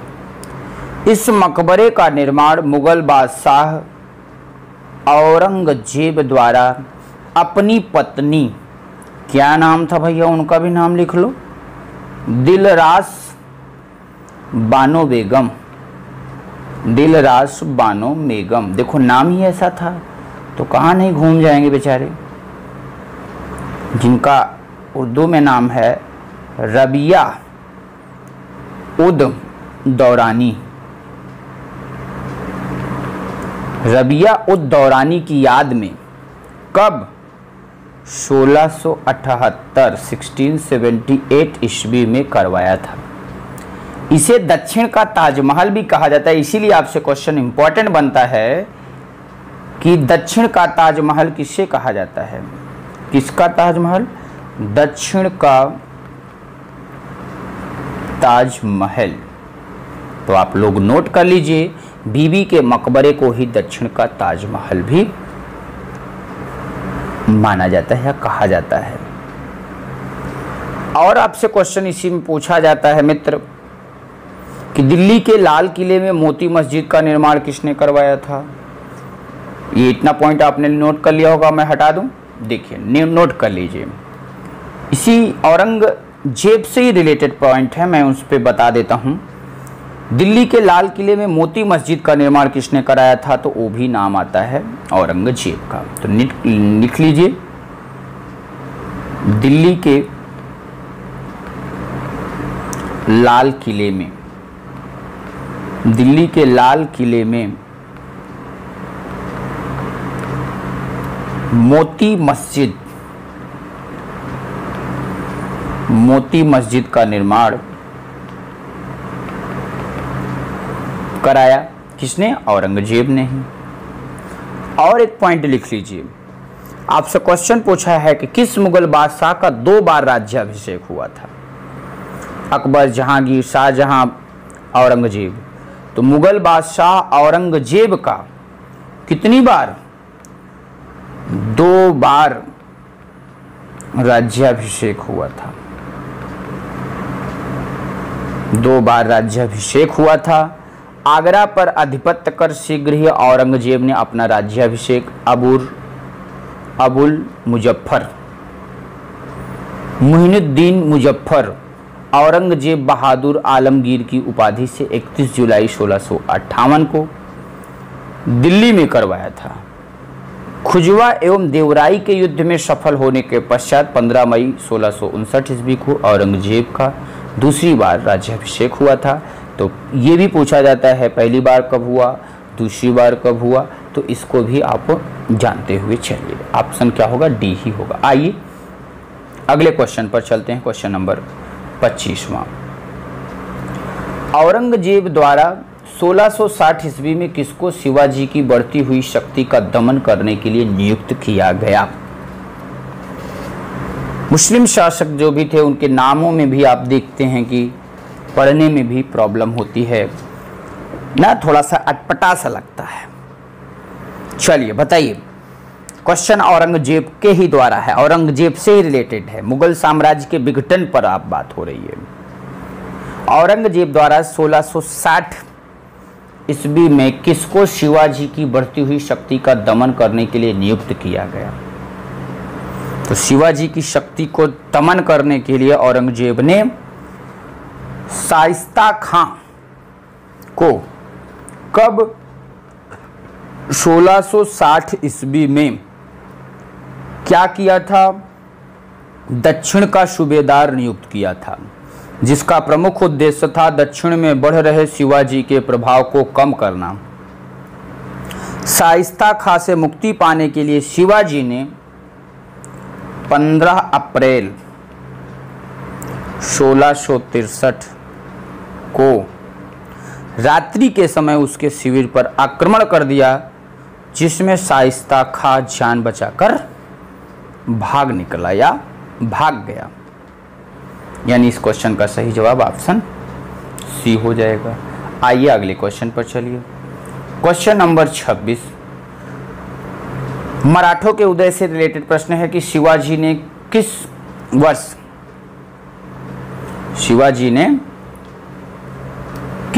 वर्ष, बहुत अच्छा प्रश्न है, शिवाजी ने किस वर्ष छत्रपति की उपाधि धारण की?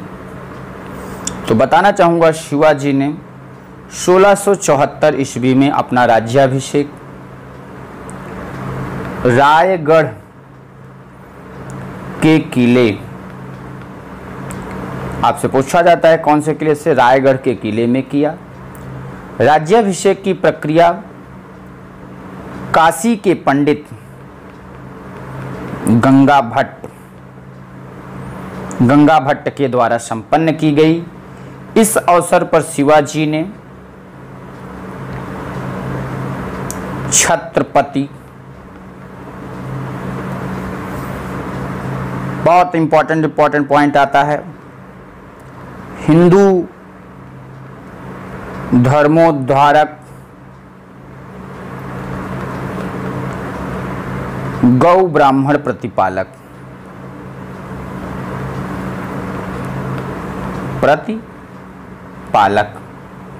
की उपाधि धारण की तथा स्वयं को सूर्यवंशी छत्री भी घोषित किया। कौन सा छत्री? सूर्यवंशी छत्री, यानी छत्रपति की उपाधि भी ली। हिंदू धर्मोद्धारक यानी हिंदू धर्म की जो ध्वजा है इसको उठाया। गौ ब्राह्मण प्रतिपालक यानी गाय और ब्राह्मणों की रक्षा का जो है इसने क्या किया? घोषणा कर दिया। पूछा जाता है आपसे शिवाजी की राजधानी कहां पर थी? तो बताना चाहूंगा फ्रेंड्स, 1656 में शिवाजी ने अपनी राजधानी रायगढ़ को अपनी राजधानी बनाया। 1656 ईस्वी तक शिवाजी ने चाकन, पुरंदर, बारामती, सुपा, तिकोना तथा लोहगढ़ आदि विभिन्न किलों पर अधिकार कर लिया।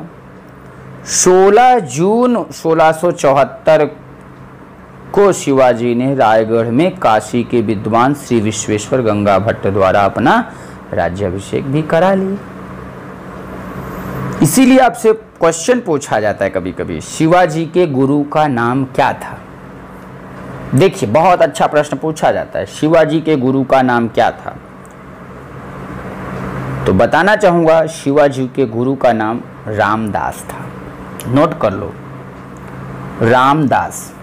अब बच्चे आप ये सोच रहे होंगे कि गुरुजी अभी तो आपने बताया गंगा भट्ट, तो ये रामदास कौन थे। बिल्कुल, इनकी रचना दासबोध में समन्वयवादी सिद्धांत की व्याख्या की गई। आध्यात्मिक क्षेत्र में शिवाजी के आचरण पर गुरु रामदास का अत्यधिक प्रभाव था, जो धरकरी संप्रदाय के थे। राष्ट्र प्रेम की भावना एवं देवता, गौ, ब्राह्मण तथा धर्म की रक्षा करने की प्रेरणा शिवाजी को गुरु रामदास से ही मिली थी। बाकी इनका जो राज्याभिषेक किया था,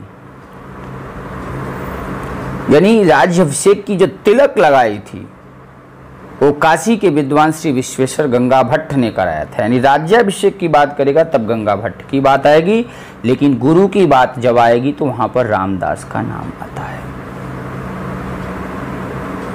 यहां तक किसी को किसी प्रकार से दिक्कत नहीं होनी चाहिए।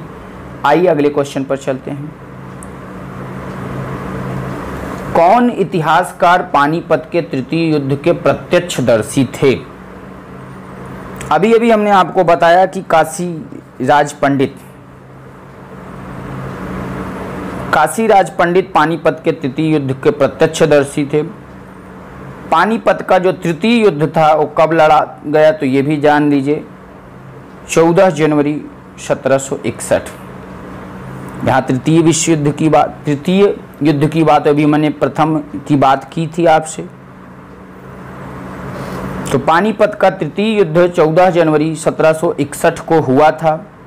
इस युद्ध में मराठा सेना का प्रतिनिधित्व सदाशिवराम भाऊ और अफगान सेना का नेतृत्व अहमद शाह अब्दाली ने किया, जिसमें मराठा सेना की पराजय हो गई। इसमें क्या हुआ मित्र, मराठा सेना जो थी वो पराजित हो गई, यानी हार गई। बहुत सारे कारण थे हारने के, जिसके कारण मराठा सेना क्या हुई, पराजित हो गई। आइए आगे बात करते हैं क्वेश्चन नंबर 28वें पर। शिवाजी के प्रशासन में किसे पेशवा कहा जाता था। बिल्कुल अच्छा प्रश्न पूछा जा रहा है। शिवाजी के शासन का वास्तविक संचालन जो था अष्टप्रधान नाम के 8 मंत्री करते थे। पेशवा इनमें से एक था जो अष्टप्रधानों में प्रधान होता था।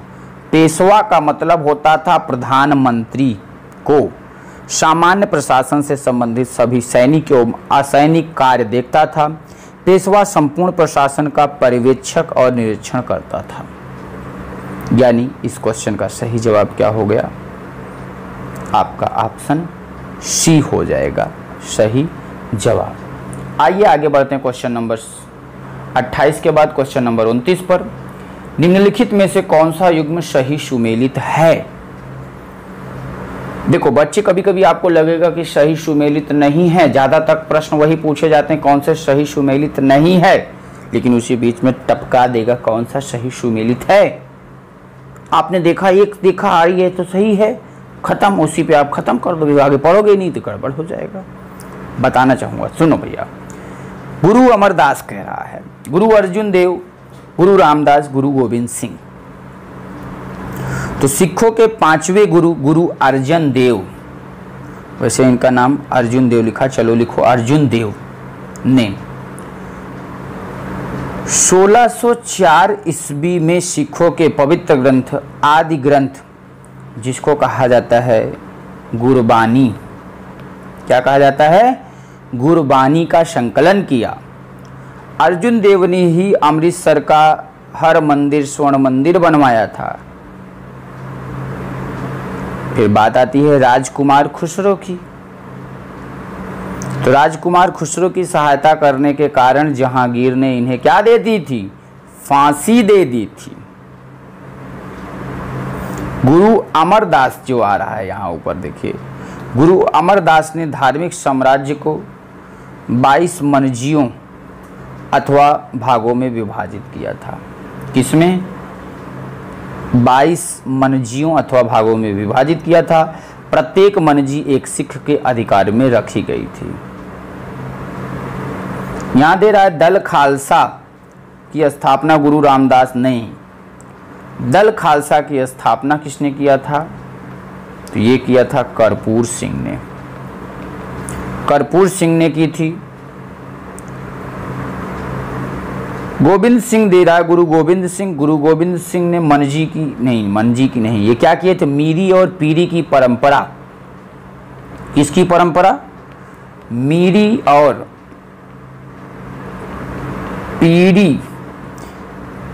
और पीरी की परंपरा की प्रारंभ किए थे।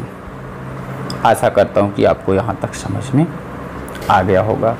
आइए अगले क्वेश्चन की तरफ बढ़ते हैं। क्वेश्चन नंबर 29 के बाद क्वेश्चन नंबर 23 में पर कोई व्यक्ति किसी व्यक्ति से उसका धर्म, संप्रदाय या जाति ना पूछे, यह कथन है।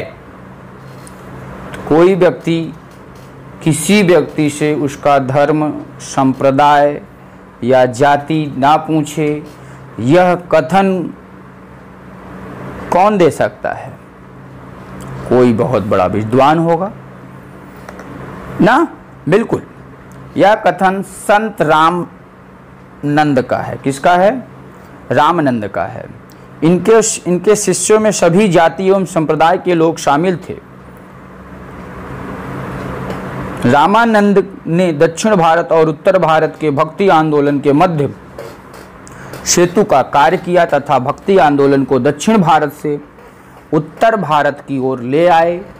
रामानंद प्रथम समाज सुधारक थे जिन्होंने हिंदी में अपना उपदेश दिया तथा महिलाओं को भी अपना शिष्य बनाया, जिसमें पद्मावती और सुरशीर शामिल थी। यानी सही जवाब क्या हो गया? Option B is the right answer हो जाएगा, सही जवाब हो जाएगा। आगे बढ़ जाएं। कबीर किसके शिष्य थे? तो आपको बताना चाहूंगा, नोट कर लीजिए। रामानंद के टोटल 12 शिष्य थे। कितने शिष्य थे? 12। तो रामानंद के 12 शिष्यों में से कबीर एक प्रमुख शिष्य थे, जो हिंदू व इस्लाम धर्म में प्रचलित आडंबरों के आलोचक थे। कबीर की रचनाओं का संकलन बीजक कहलाता है। कबीर पंथ नामक धार्मिक संप्रदाय इनकी शिक्षाओं के अनुयायी हैं। ये सिकंदर लोदी के समकालीन थे। अबुल फजल ने कबीर को मुवाहित यानी एकेश्वरवादी बताया। आइए आगे बात करते हैं क्वेश्चन नंबर 31 पर। क्वेश्चन नंबर 31वें पर, भगवान शिव की प्रतिष्ठा में कितने ज्योतिर्लिंग स्थापित हैं? Very good. सावन के महीने में आप भगवान शिव को प्रसन्न करते हैं। भगवान शिव की प्रतिष्ठा में भारत के विभिन्न भागों में 12 ज्योतिर्लिंगों की स्थापना की गई है। आपने वेदों में भी पढ़ा है, ऐसे भी पढ़ा है, तो बिल्कुल आपका क्या होगा? ऑप्शन बी होगा। 12 ज्योतिर्लिंग हैं। कौन कौन से 12 ज्योतिर्लिंग हैं आपको बताना चाहूँगा, लिख लीजिए आप सभी बच्चे। केदारनाथ, केदारनाथ के बाद आता है महाकालेश्वर, महाकालेश्वर के बाद भैया सोमनाथ, सोमनाथ के बाद आता है भीमाशंकर, विश्वनाथ,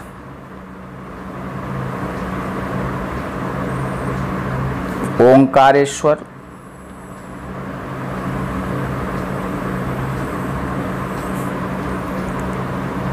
सातवां होता है भैया त्र्यंबकेश्वर, आठवां मल्लिकार्जुन, नौवां बैद्यनाथ, 10वां नागेश्वर, 11 श्री घृणेश्वर, 12 रामेश्वरम।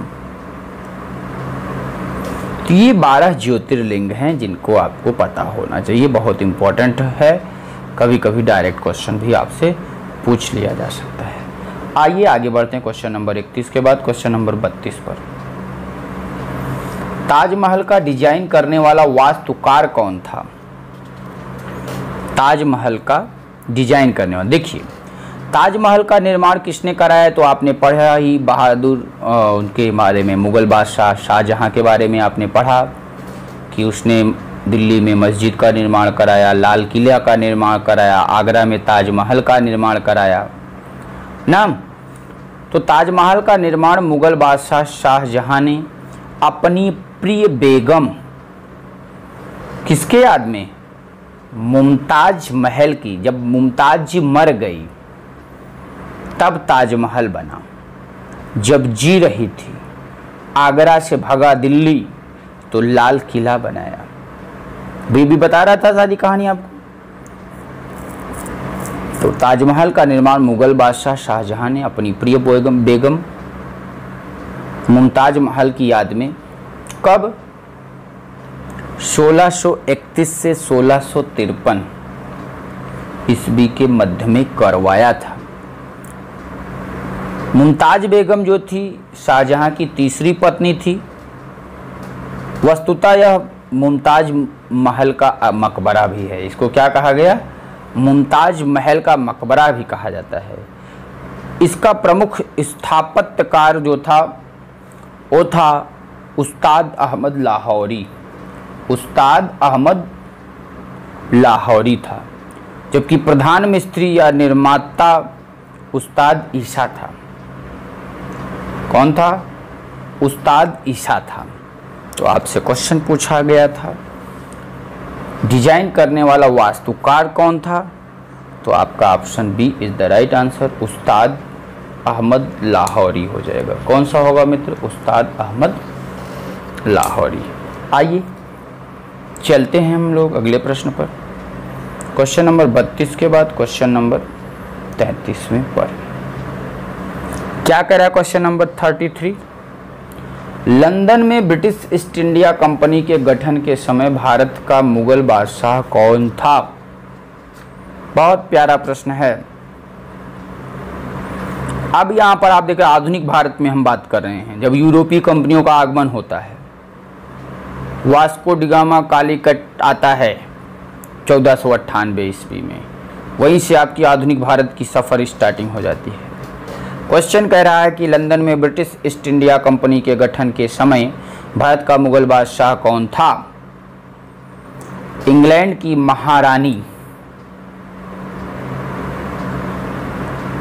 महारानी एलिजाबेथ प्रथम के समय कौन है भैया? सबसे पहले जानो आप, लिख लेता हूं इंग्लैंड की महारानी, लिख देता हूं, एक सेकंड।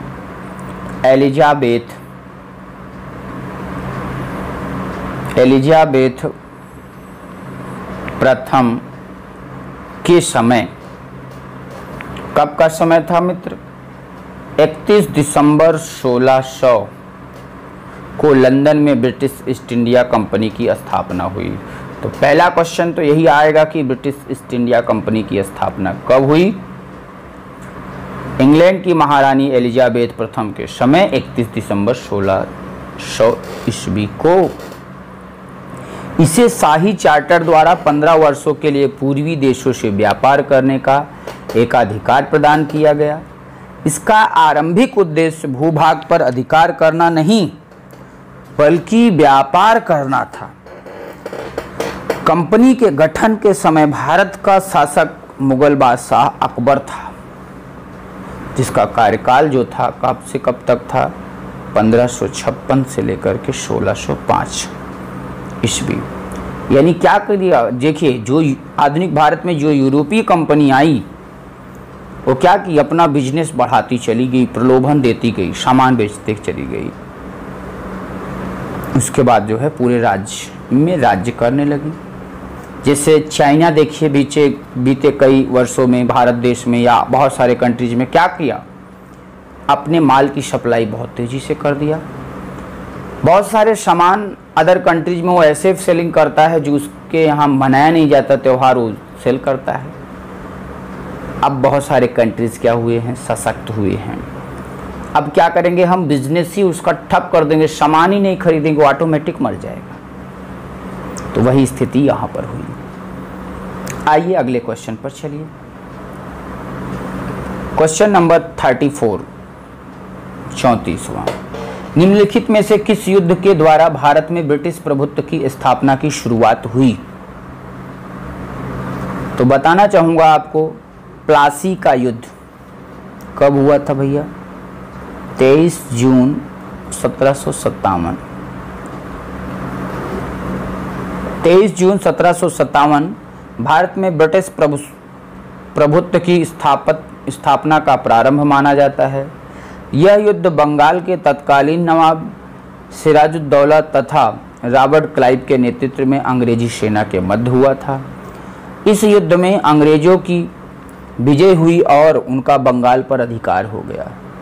इस विजय से ईस्ट इंडिया कंपनी को व्यापक वाणिज्यिक अधिकार प्राप्त हुए, जिनसे अर्जित किए गए लाभों से उनकी सैन्य एवं राजनीतिक शक्ति में निरंतर वृद्धि हुई और भविष्य में बंगाल से बाहर राजनीतिक प्रभुत्व के विस्तार की पृष्ठभूमि तैयार हुई।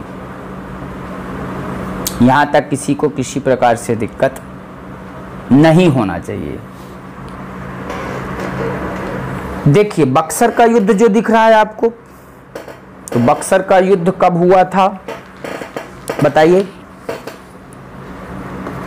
बक्सर का युद्ध 22 अक्टूबर 1764, लिख देता हूं, 22 अक्टूबर 1764 बंगाल के नवाब मीर कासिम और अंग्रेज कैप्टन हेक्टर मुनरो के मध्य में हुआ था। किसके किसके मध्य में हुआ था? बंगाल के नवाब कासिम और अंग्रेज कैप्टन हेक्टर मुनरो के मध्य में हुआ था। तो ये प्रश्न भी आपसे पूछा जाता है, आप आराम से बता लेंगे। यहाँ तक किसी को दिक्कत नहीं होना चाहिए। क्वेश्चन आपसे कह रहा था कि किस युद्ध के दौरान या किस युद्ध के द्वारा भारत में ब्रिटिश प्रभुत्व की स्थापना हुई थी, तो वो आपका युद्ध कौन सा है? ऑप्शन बी, प्लासी का युद्ध। आगे बढ़ जाए मित्र। आइए क्वेश्चन नंबर 34 के बाद क्वेश्चन नंबर 35वें पर चलते हैं। क्वेश्चन नंबर 35 कह रहा है, सिख राज्य का अंतिम शासक कौन था? सिख राज्य का अंतिम शासक कौन था? बिल्कुल दिलीप सिंह, राजा दिलीप सिंह। रणजीत सिंह के छोटे पुत्र या रणजीत सिंह के सबसे छोटे पुत्र महाराजा दिलीप सिंह सिख साम्राज्य के अंतिम शासक थे। इन्हें 1843 ईस्वी 1843 ईस्वी में 5 वर्ष की आयु में अपनी मां रानी जिन्नत कौर के संरक्षण में राज सिंहासन पर बैठाया गया। इनके शासनकाल में प्रथम सिख युद्ध 1846 में हुआ। दिलीप सिंह का निधन जो हुआ था वो हुआ था 23 अक्टूबर 1893 ईस्वी को, पेरिस फ्रांस में हुआ था। इन्होंने सिख धर्म त्याग कर ईसाई धर्म को अपनाया। यानी इन्होंने क्या किया? सिख धर्म को त्याग दिया था और उस समय उन्होंने ईसाई धर्म अपना लिया था। बहुत सारे ऐसे राजा हुए जो सिख धर्म अपनाए छोड़े, ऐसा उन्होंने अक्सर करते रहे। आइए अब हम आगे बढ़ते हैं क्वेश्चन नंबर 35 के बाद क्वेश्चन नंबर 36 पर। सबसे अधिक समय तक भारत का वायसराय कौन था? सबसे अधिक समय तक भारत का वायसराय कौन था? गवर्नर जनरल वायसराय की बात हो रही है। आपने देखा था कि कानून बने, कानून act, regulating act 1773, pets India act 1784, charter act 1813, सती प्रथा निषेध कानून 1829, चार्टर एक्ट 1833। बहुत कुछ हुआ। इसमें आपसे गवर्नर के बारे में पूछा जाता है, गवर्नर जनरल के लिए महत्वपूर्ण तिथियों के बारे में पूछा जाता है। तो ये थोड़ा सा प्रश्न डिस्कशन करने लायक है, थोड़ा सा डिस्कस करते हैं। देखिए अगर इन वायसरायों में देखें तो सर्वाधिक समय तक लॉर्ड कर्जन, कौन आपको दिख रहा है, लॉर्ड कर्जन। लॉर्ड कर्जन का कार्यकाल जो था वो फ्रेंड्स 1899 से लेकर के 1605 ईस्वी तक रहा। यह भारत का सर्वाधिक अलोकप्रिय वायसराय था। इसी के कार्यकाल में बंगाल का विभाजन वर्ष 1905 ईस्वी में हुआ था। कर्जन ने एक सिंचाई आयोग तथा पुलिस आयोग का भी गठन किया था। रेलवे का सर्वाधिक विकास भी इसी के काल में हुआ था। आपने देखा होगा जगह जगह पर रेलवे के पुल आज भी हैं, कई जगह लोहे के पुल बने हुए जिसको कर्जन का पुल कहते हैं। भारत में सर्वाधिक समय तक रहने वाला वायसराय जो भारत की बात करेगा तो लॉर्ड लिनलिथिगो 1936 से 44 ईस्वी तक था। कौन? लॉर्ड लिनलिथिगो था। लेकिन अब यहाँ क्वेश्चन में आपका ऑप्शन तो है नहीं, तो ऑप्शन के हिसाब से क्या हो जाएगा, लॉर्ड कर्जन। अगर नहीं होता तो हम क्या मानते, लॉर्ड लिनलिथिगो को मानते। लॉर्ड लिनलिथिगो जो था उसका कार्यकाल 1936 से लेकर के 44 तक था। आपसे पूछा जाता है कि भारत का अंतिम वायसराय कौन था। भारत का अंतिम वायसराय लॉर्ड माउंटबेटन था। कौन था मित्र? अंतिम लॉर्ड माउंटबेटन। क्वेश्चन कह सकते हैं कि भारत का प्रथम भारतीय गवर्नर जनरल, अगर यहाँ पर भारतीय जोड़ देगा तो सी राजगोपालाचारी हो जाएगा। अगर भारतीय नहीं जोड़ेगा तो लॉर्ड माउंटबेटन था। ये आप जानते रहिए। देखिए थोड़ा सा मैं आपको बता देना चाहूँगा कुछ महत्वपूर्ण पॉइंट्स, जिससे आप ऐसे पॉइंट नोट कर लीजिए। बंगाल का प्रथम गवर्नर कौन था? Robert Clive. बंगाल का अंतिम गवर्नर वॉरेन हेस्टिंग्स। बंगाल का प्रथम governor general Warren Hastings. Bengal का अंतिम governor general William Bentinck. Bharat का प्रथम governor general William Bentinck. Bharat का अंतिम governor general Lord Canning, company शासक के अंतर्गत। भारत का प्रथम वायसराय लॉर्ड कैनिंग। भारत का अंतिम वायसराय लॉर्ड माउंटबेटन। स्वतंत्र भारत का प्रथम governor general Lord Mountbatten. Bharat का प्रथम भारतीय गवर्नर जनरल जब कहेगा तो सी राजगोपालाचारी। बहुत कंफ्यूजन क्रिएट करता है यही। स्वतंत्र भारत का प्रथम governor general Lord Mountbatten. Bharat का अंतिम वायसराय लॉर्ड माउंटबेटन। भारत का प्रथम वायसराय लॉर्ड कैनिंग। भारत का प्रथम भारतीय गवर्नर जनरल की जब बात करेगा, प्रथम भारतीय गवर्नर जनरल, तब सी राजगोपालाचारी। या फिर पूछेगा कि स्वतंत्र भारत का अंतिम गवर्नर जनरल कौन था? स्वतंत्र भारत का अंतिम गवर्नर जनरल कौन था? सी राजगोपालाचारी का नाम आ जाता है। यहाँ तक किसी बच्चे को दिक्कत नहीं होनी चाहिए। जो एक्ट पारित हुए उस एक्ट में भी बहुत अच्छे अच्छे प्रश्न पूछे जाते हैं कि कौन कैसा था, लेकिन आपको जो है इतने से ही चलाना है, इतना आपके लिए इम्पोर्टेंट है। आइए आगे बढ़ते हैं। Question number 37, question number 37। महारानी विक्टोरिया को भारत की साम्राज्ञी घोषित किया गया। तो महारानी विक्टोरिया को भारत की साम्राज्ञी 1858 ईस्वी में घोषित किया गया। 1 जनवरी 1877 ईस्वी में आयोजित किए गए दिल्ली दरबार में हुए इन्हें कैसर ए हिंद, एम्परर ऑफ इंडिया की उपाधि प्रदान की गई। इसमें साम्राज्ञी द्वारा घोषणा की गई थी कि स्थानीय राजाओं के अधिकारों, गौरव तथा सम्मान को वह अपने सम्मान के बराबर ही मानती हैं। यानी सही जवाब क्या होगा? ऑप्शन ए हो जाएगा। आइए अगले क्वेश्चन पर। Question number 38। Sir Thomas Munro किस भू राजस्व बंदोबस्त से संबंधित थे? किसकी बात हो रही है? सर टॉमस मुनरो की। यहाँ पर आपको दिख रहा है रैयतवाड़ी बंदोबस्त। सर टॉमस मुनरो व कर्नल रीड को रैयतवाड़ी व्यवस्था का जन्मदाता माना जाता है। इस व्यवस्था में भूमि पर खेती करने वाला भूमि का स्वामी होता था, जो सरकार को भूमि कर देने के लिए उत्तरदायी था। सर्वप्रथम कर्नल रीड ने 1792 ईस्वी में मद्रास के 12 महल क्षेत्र में लागू किया था। भू राजस्व संबंधी आरंभिक प्रयोगों के पश्चात 1820 ईस्वी में इसे मद्रास, बम्बई एवं असम के अधिकांश भागों में लागू किया गया। रैयतवाड़ी व्यवस्था में ब्रिटिश भारत का 51% क्षेत्र सम्मिलित भी है, यानी इस क्वेश्चन का सही जवाब ऑप्शन सी हो गया। इसी में ब्रिटिश शासन के भारतीय अर्थव्यवस्था पर से रिलेटेड बहुत सारे प्रश्न पूछे जाते हैं।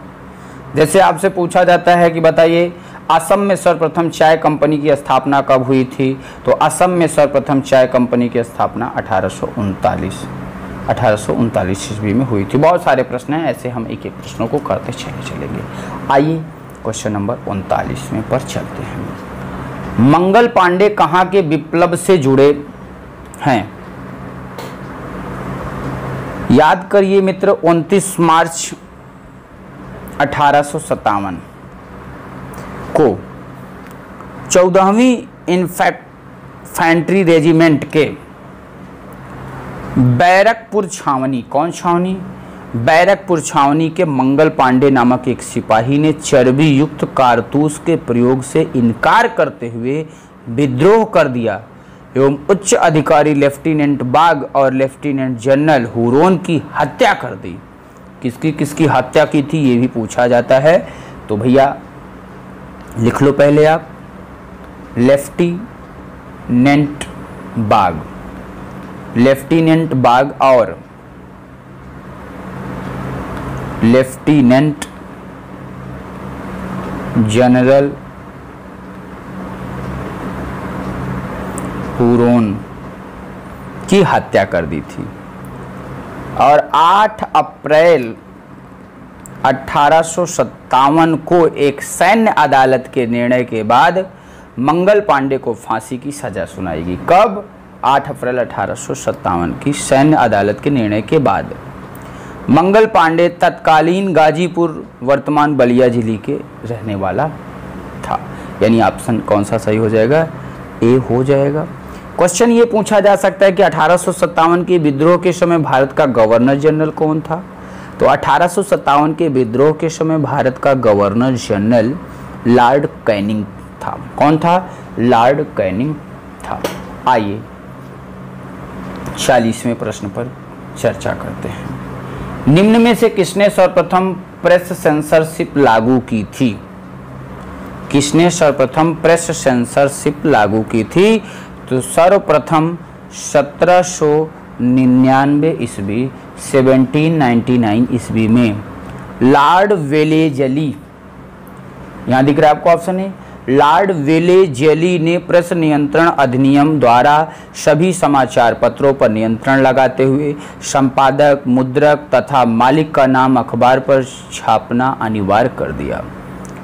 इसी के साथ समाचार पत्रों पर युद्धकालीन सेंसरशिप भी लागू कर दी गई और 1807 ईस्वी में इस अधिनियम का विस्तार पत्रिकाओं, पैम्फलेट तथा पुस्तकों सभी पर लागू कर दिया गया, यानी आपका सही जवाब ऑप्शन ए हो गया। देखिए कुछ पॉइंट्स मैं इसी में चर्चा करना चाहूँगा आपसे। आप इतिहास के अंतर्गत ही पूछा जाता है प्रमुख व्यक्ति एवं उनकी उपाधियों के बारे में, किसने किसको दिया। थोड़ा सा मैं आपको 2-4 लोगों का बता देता हूँ। जैसे उपाधि एक तरफ मैं लिखता हूँ महात्मा। महात्मा की उपाधि किसको दी गई? महात्मा गांधी को। किसने दिया था? रविंद्रनाथ टैगोर ने। फिर आती है बात राष्ट्रपिता की। राष्ट्रपिता की उपाधि किसको दी गई? महात्मा गांधी को। उपाधि देने वाला कौन था? सुभाष चंद्र बोस। फिर बात आती है गुरुदेव की। गुरुदेव की उपाधि किसको दी गई? रविंद्रनाथ टैगोर को। किसने दिया? महात्मा गांधी ने। फिर बात आ जाती है आपका सरदार। सरदार की उपाधि किसको दी गई? वल्लभ भाई पटेल को। और किसने दिया था? बरदौली की महिलाएं इनको जो है दी थी। फिर बात आती है देश रत्न। डॉक्टर राजेंद्र प्रसाद को देश रत्न की उपाधि दी गई और इसकी उपाधि देने वाले महात्मा गांधी थे। फिर बात कर लेते हैं विवेकानंद के बारे में। तो देखिए, विवेकानंद, स्वामी विवेकानंद को उपाधि मिली, खेतड़ी के महाराजा ने ये उपाधि दी थी। 7वां नाम आ जाता है राजा राम मोहन राय।